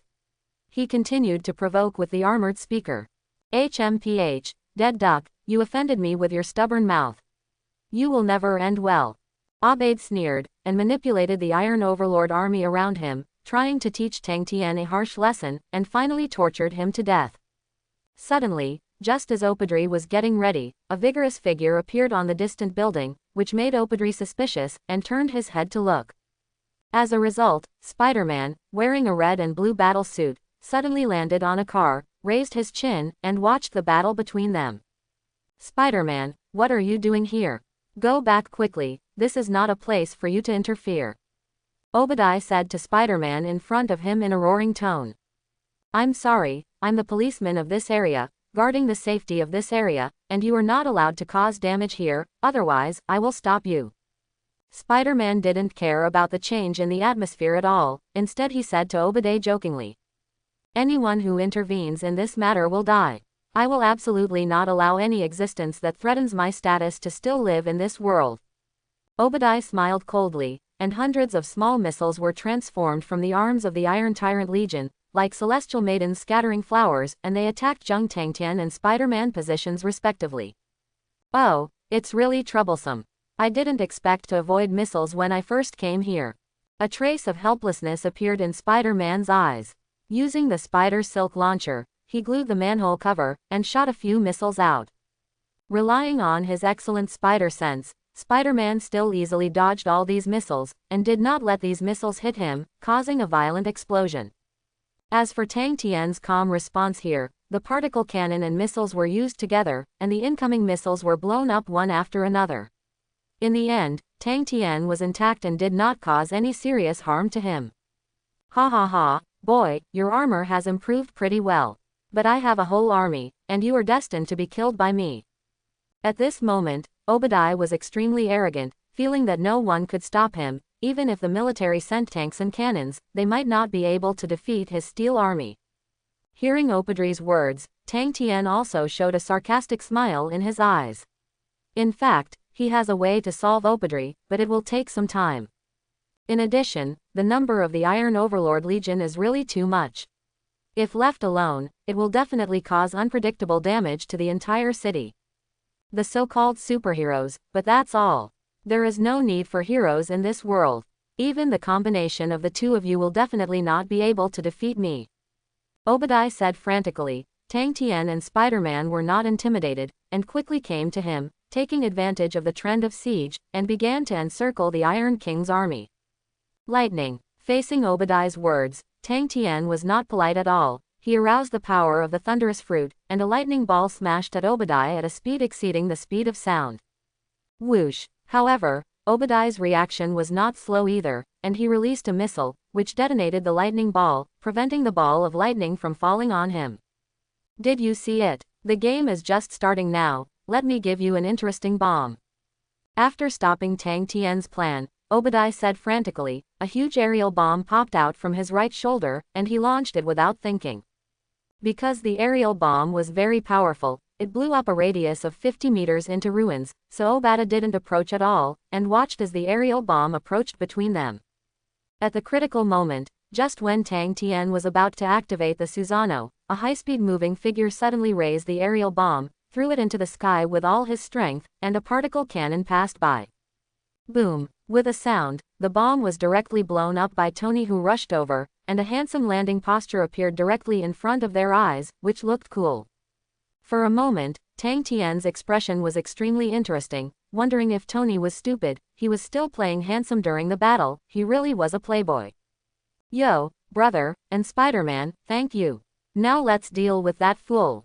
Tony smiled slightly, with an extremely serious expression in his eyes. It didn't look like he could joke around.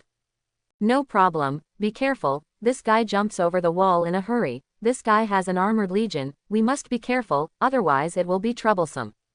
Tang Tian reminded that he hoped that Tony would not be too frightened, otherwise Obadiah might jump over the wall in a hurry, resulting in an extremely unfavorable situation. New York City, Stark Industries. After the battle lasted for as long as 10 minutes, countless citizens either gathered on the roof or held binoculars to observe the shocking battle in the distance. They could not calm down for a long time, and they kept watching the battle in front of them. Almost, when Iron Man arrived, their strength was considered to have increased by 1 point, but the number of the Iron King's army was too large and their attack power was strong, so it caused them great trouble. Tony, I have worked hard for Stark Industries and made a lot of efforts. I have improved Stark Industries' performance and expanded business.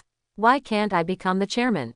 Why, you were born with a golden key in your mouth, why I can only be your assistant, even the Stark Industries weapons department you closed, you have seriously affected my interests, so I must kill you today. Obadiah said resentfully, almost putting all the responsibility on Tony, thinking that this playboy is the key to hindering him from controlling the power. Tony, don't listen to his bullshit, we're going straight to the air and keep him out of trouble on the block. Tang Tian looked at Tony and promptly reminded him not to think about unnecessary things. Understand. Tony was taken aback for a moment, then recovered, and followed Tang Tian's suggestion. White flames shot out from the backs of the two of them, and they flew into the air suddenly. Hey, wait for me, I can't fly. Watching Tang Tian and Tony leave, Spider-Man's eyes were full of helplessness, thinking that the two of them decided to fight in the air, which made Spider-Man somewhat useless. You actually want to escape. I told you that you were dead. So I will never let you escape. Obadiah roared, and a booster appeared in his footsteps, which suddenly pushed him into the air, and within 3 seconds, the rest of the Iron Overlord armor also flew into the sky. After a while of acceleration, Obadiah came before them. 5 Iron Overlord armors also besieged Tony on one side, and the remaining 4, together with Obadiah himself, surrounded Tang Tian. You're finished, boy, it's a 1-on-5 now, you have absolutely no chance of winning. Obediently die. Obadiah smiled ferociously, and felt that he had the possibility of victory, so he ordered the 2 Iron Overlord armors around him to launch a siege on Tang Tian in front of him. The terrain here is wide enough for him to clean up this kid properly. Susano. Facing the 2 pairs of fists advancing side by side, Tang Tian thought lightly, and the sky blue Susano covered his whole body, enveloping his Terminator armor. In less than 3 seconds, the 10-fist sword and the 8-foot mirror appeared in his hands, and suddenly the 2 iron platform armor bullets flew out, and the 10-fist sword in Tang Tian's right hand suddenly pierced through the arm of an Iron Overlord armor. Puff! With a sound, sparks and electric current erupted from the armored arm. The extremely powerful electric current instantly burned all the electronic circuits in the right arm. Da da da da da. Seeing such a strange scene, Obadiah was also very surprised, immediately raised Gatling in his hand, and shot at his position. However, Susano's defensive power is too powerful. Countless bullets hit the Susano, and Obadiah, who was deflected, manipulated the other 2 Iron Overlord armors again, attack on him together. Well done. Lightning slash. Faced with 5 Iron Overlord armors at once, Tang Tian's expression remained unchanged, and the 10-fist sword in his hand emitted a strong electric light. At the moment when the 2 Iron Overlord armors arrived, Tang Tian turned into an afterimage and slashed across. As a result, under Susano's powerful destructive power, the armor of the 3 Iron Overlords was pierced through their cores and turned into a burning fireball, which suddenly emitted an astonishing light. Puff! With a sound, Obadiah, who was in the center of the explosion, received a strong impact, and the huge force was transmitted to the cockpit, causing him to spit out a mouthful of blood, and countless scratches appeared on his armor. Obviously some serious injuries. As for the other Iron Overlord armor, it was covered in blue smoke, and there were a few wires from time to time, and there were electric sparks, obviously the damage was extremely serious. Afterwards, Obadiah, who was hurt, urgently used the system to clean up the blood on the screen, and just dodged to distance himself from Tang Tian, not wanting to meet him. This time, Obadiah learned to behave himself. He felt that the Tang Tian in front of him was very evil, and his methods were extremely ruthless.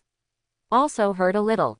It seems that close combat is a very stupid thing, so Obadiah also decided to distance himself from him and avoid fighting him. What's the matter, Obadiah? Hit me if you can. Looking at Obadiah, who was severely injured by him once, Tang Tian continued to speak provocatively, trying to make the other party lose his mind and continue to attack himself. However, Obadiah, who suffered a big loss, no longer stepped forward. Instead, the Iron Overlord armor that beat Tony into a dog mobilized 3 more and launched a missile attack on him. Even so, Tang Tian still stood where he was, and with the support of Susano and the steel armor, he continued to bomb him for 10 minutes. Tang Tian was fine, and still stood where he was and continued to provoke. Ah, what a nasty boy, I must kill you. Soon, more missiles flew at no cost, turning the entire sky into a field of flames and lighting up the entire night sky. After enduring the continuous blows, Tang Tian also felt that his mental power was exhausted. Using the Terminator armor to speed up, he swung the 10-fist sword in his hand and cut through the sea of flames. Taking advantage of the moment when the fire waves parted, Tang Tian accelerated again, and the 10-fist sword cut through part of the shell of Obadiah's armor, and burned part of the wiring. However, Obadiah's armor performance is better than the other 9 armors, so even if part of the circuit is destroyed, this armor is still in operation.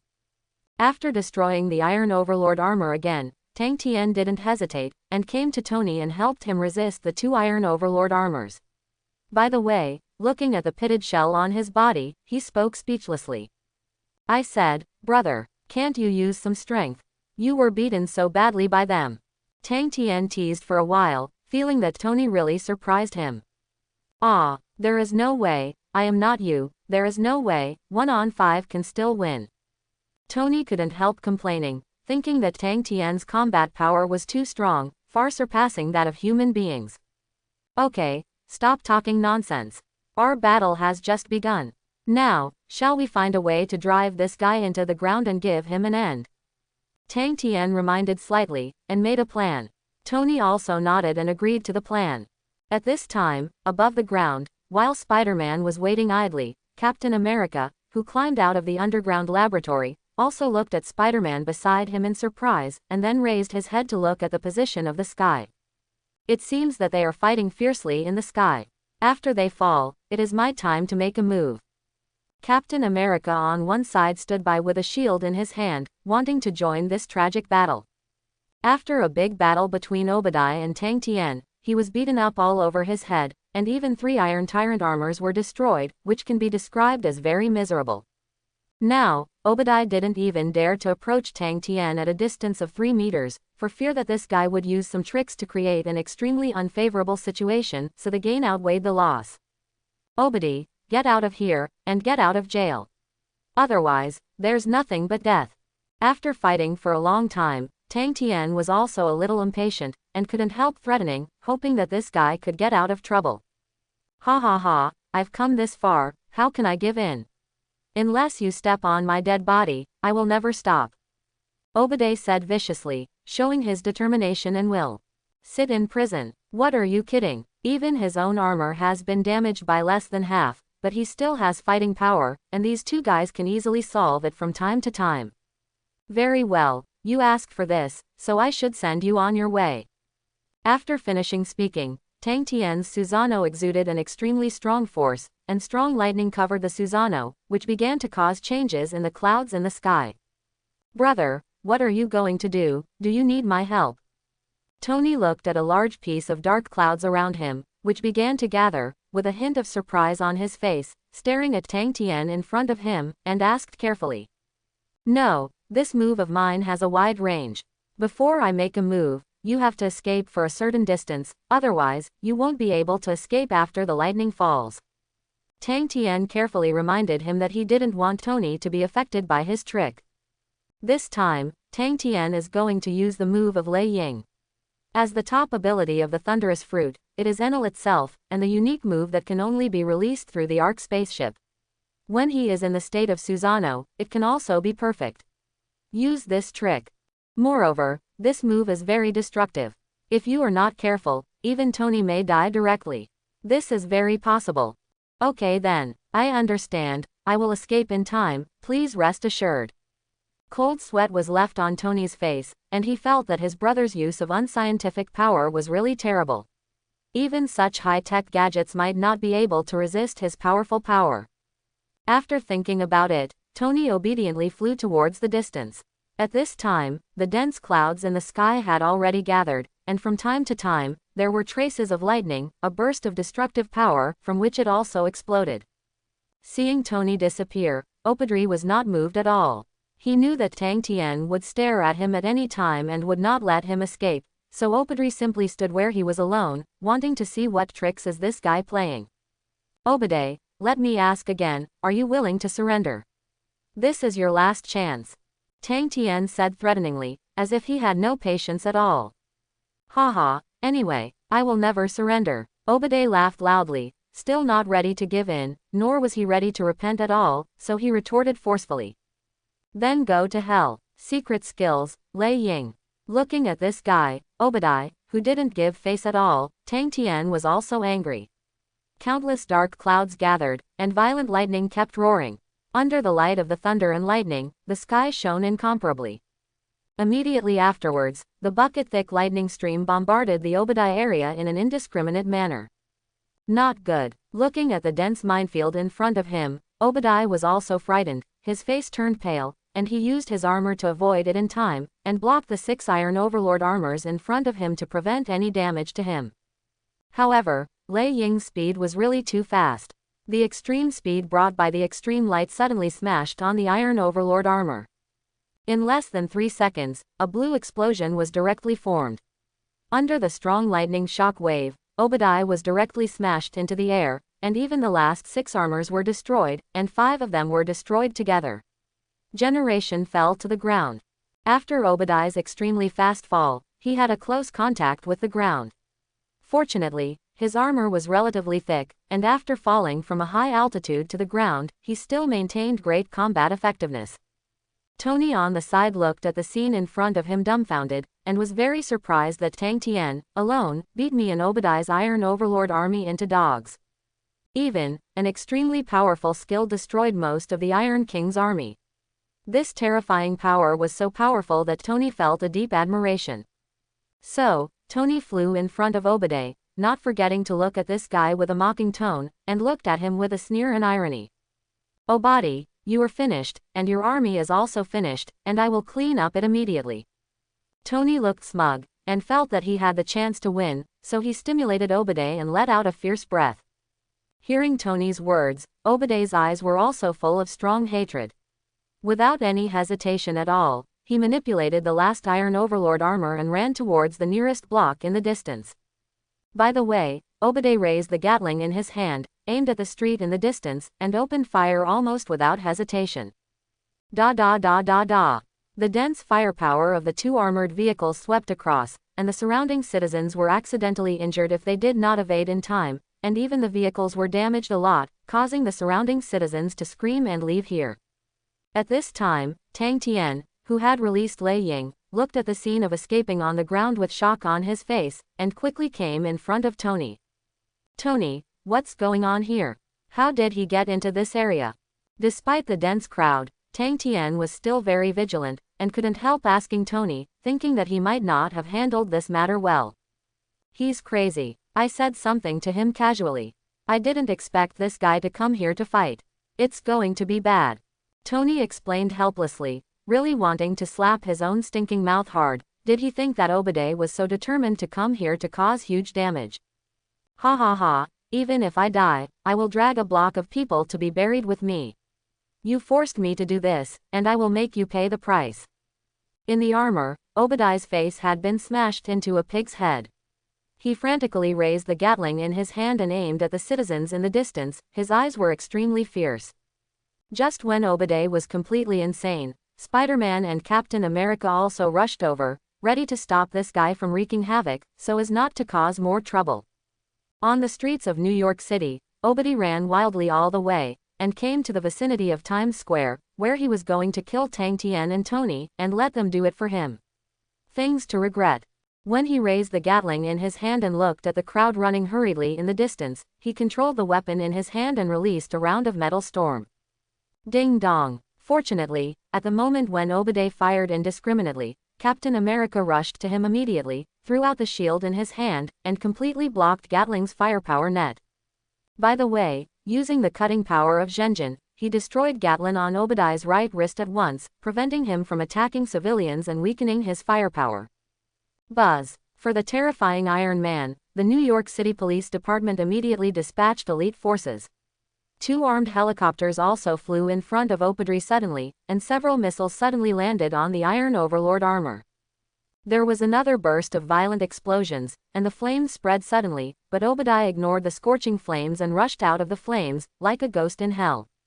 You all should die. After enduring the violent explosion, Obadiah roared, lifted the car on the ground, and used the power of the maximum power to turn the car into shells, smashing the helicopter into a ball of fire all at once.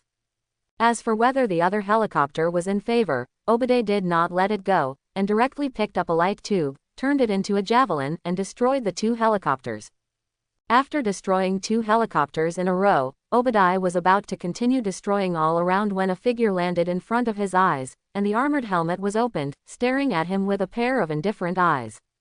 That's enough, Obadiah. This is Times Square. You've completely destroyed it. Aren't you afraid of being court-martialed? Tang Tian asked questioningly. His tone might not be polite at all. Ha ha ha, I'm not afraid, I just want to completely destroy this place. If I can't get something, others can't even imagine getting it. Now get out of your armor and let me kill it obediently, otherwise, I will make everyone around buried with people. Obadiah said with a sneer. He was extremely happy to continue to buy a block in New York City, and he finally breathed a sigh of relief. Okay, I hope you don't regret it. But believe me, you think you will die very badly. Tang Tian obeyed Obadiah's words, and walked down from the Terminator armor. His eyes were extremely calm, and he didn't play any tricks. On the other side, when Tang Tian and Obadiah confronted each other, the 3 superheroes Captain America, Spider-Man and Iron Man cooperated with each other and fought against the last Iron Overlord armor. Taking advantage of the serious damage to the Iron Overlord armor, Spider-Man sped up and released several balls of spider silk, which tightly wrapped around Iron Overlord's right arm. Taking advantage of the rare good opportunity, Captain America's movements were not slow. He was full of powerful strength, and suddenly threw out the vibrating gold shield, stabbing the key part of Iron Overlord armor, his left arm. Crackling. Unsurprisingly, the left arm of the Iron Overlord armor was cut off directly, and the weapon system was completely scrapped, and the Iron Man who was watching was stunned. Cool, thank you for your cooperation. Let him enter the finishing stage now. Faced with the opportunity to beat the dog in the water, Tony naturally smiled. He smiled pleasantly at Spider-Man and Captain America, and countless miniature missiles popped out from his shoulders. Boom. Having lost its weapon system, without any weapons to fight back, the last Iron Overlord armor was blasted into a mass of burning scrap iron by Iron Man's missiles. Looking at the Iron King's armor in front of them, with their concerted efforts, it finally turned into a piece of scrap iron.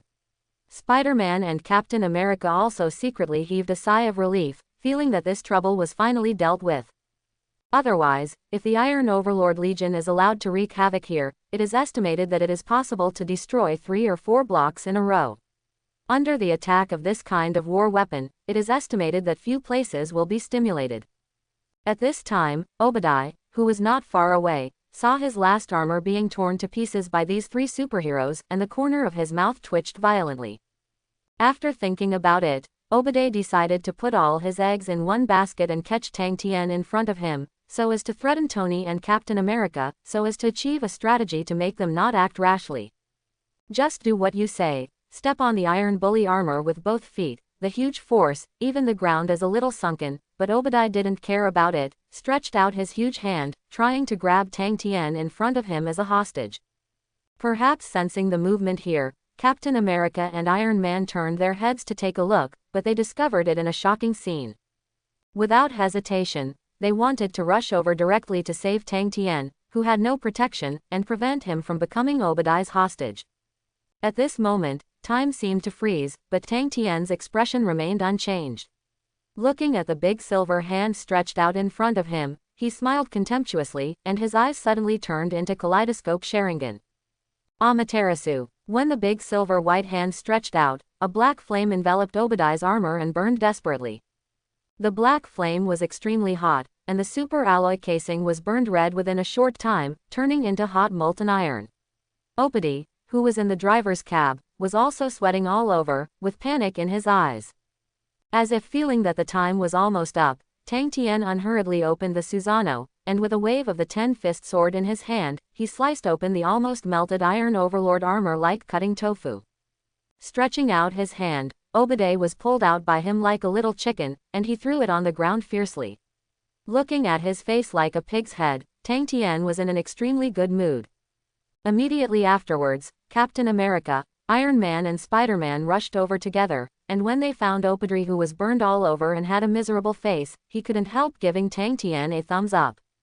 "Thank you very much, Mr. Tang Tian. If you hadn't made the move, maybe the entire New York City would have been turned into ruins," Captain America said sincerely. "Brother, you really are the real hero. If New York City is destroyed, Aunt May will be unhappy." Spider-Man looked at him in surprise, so he was extremely grateful for being able to save New York City. "Tang Tian, this guy Obadiah has already been caught. How should we deal with it? I think it's better not to let him harm anyone anymore." Tony thought about it, as if thinking about how to deal with Obadiah was the right choice. "Don't worry, I will ask him some questions, and I will naturally send him to where he should go after the end," Tang Tian explained very firmly. Thinking in his mind, there was no sound of promotion from the system, so his eyes were also full of coldness, and he guessed that Obadiah should be killed before the mission was completed. So, he decided to ask some questions that puzzled him, and after getting accurate answers, it was time to send this guy to God. I hope everyone will support it and subscribe more.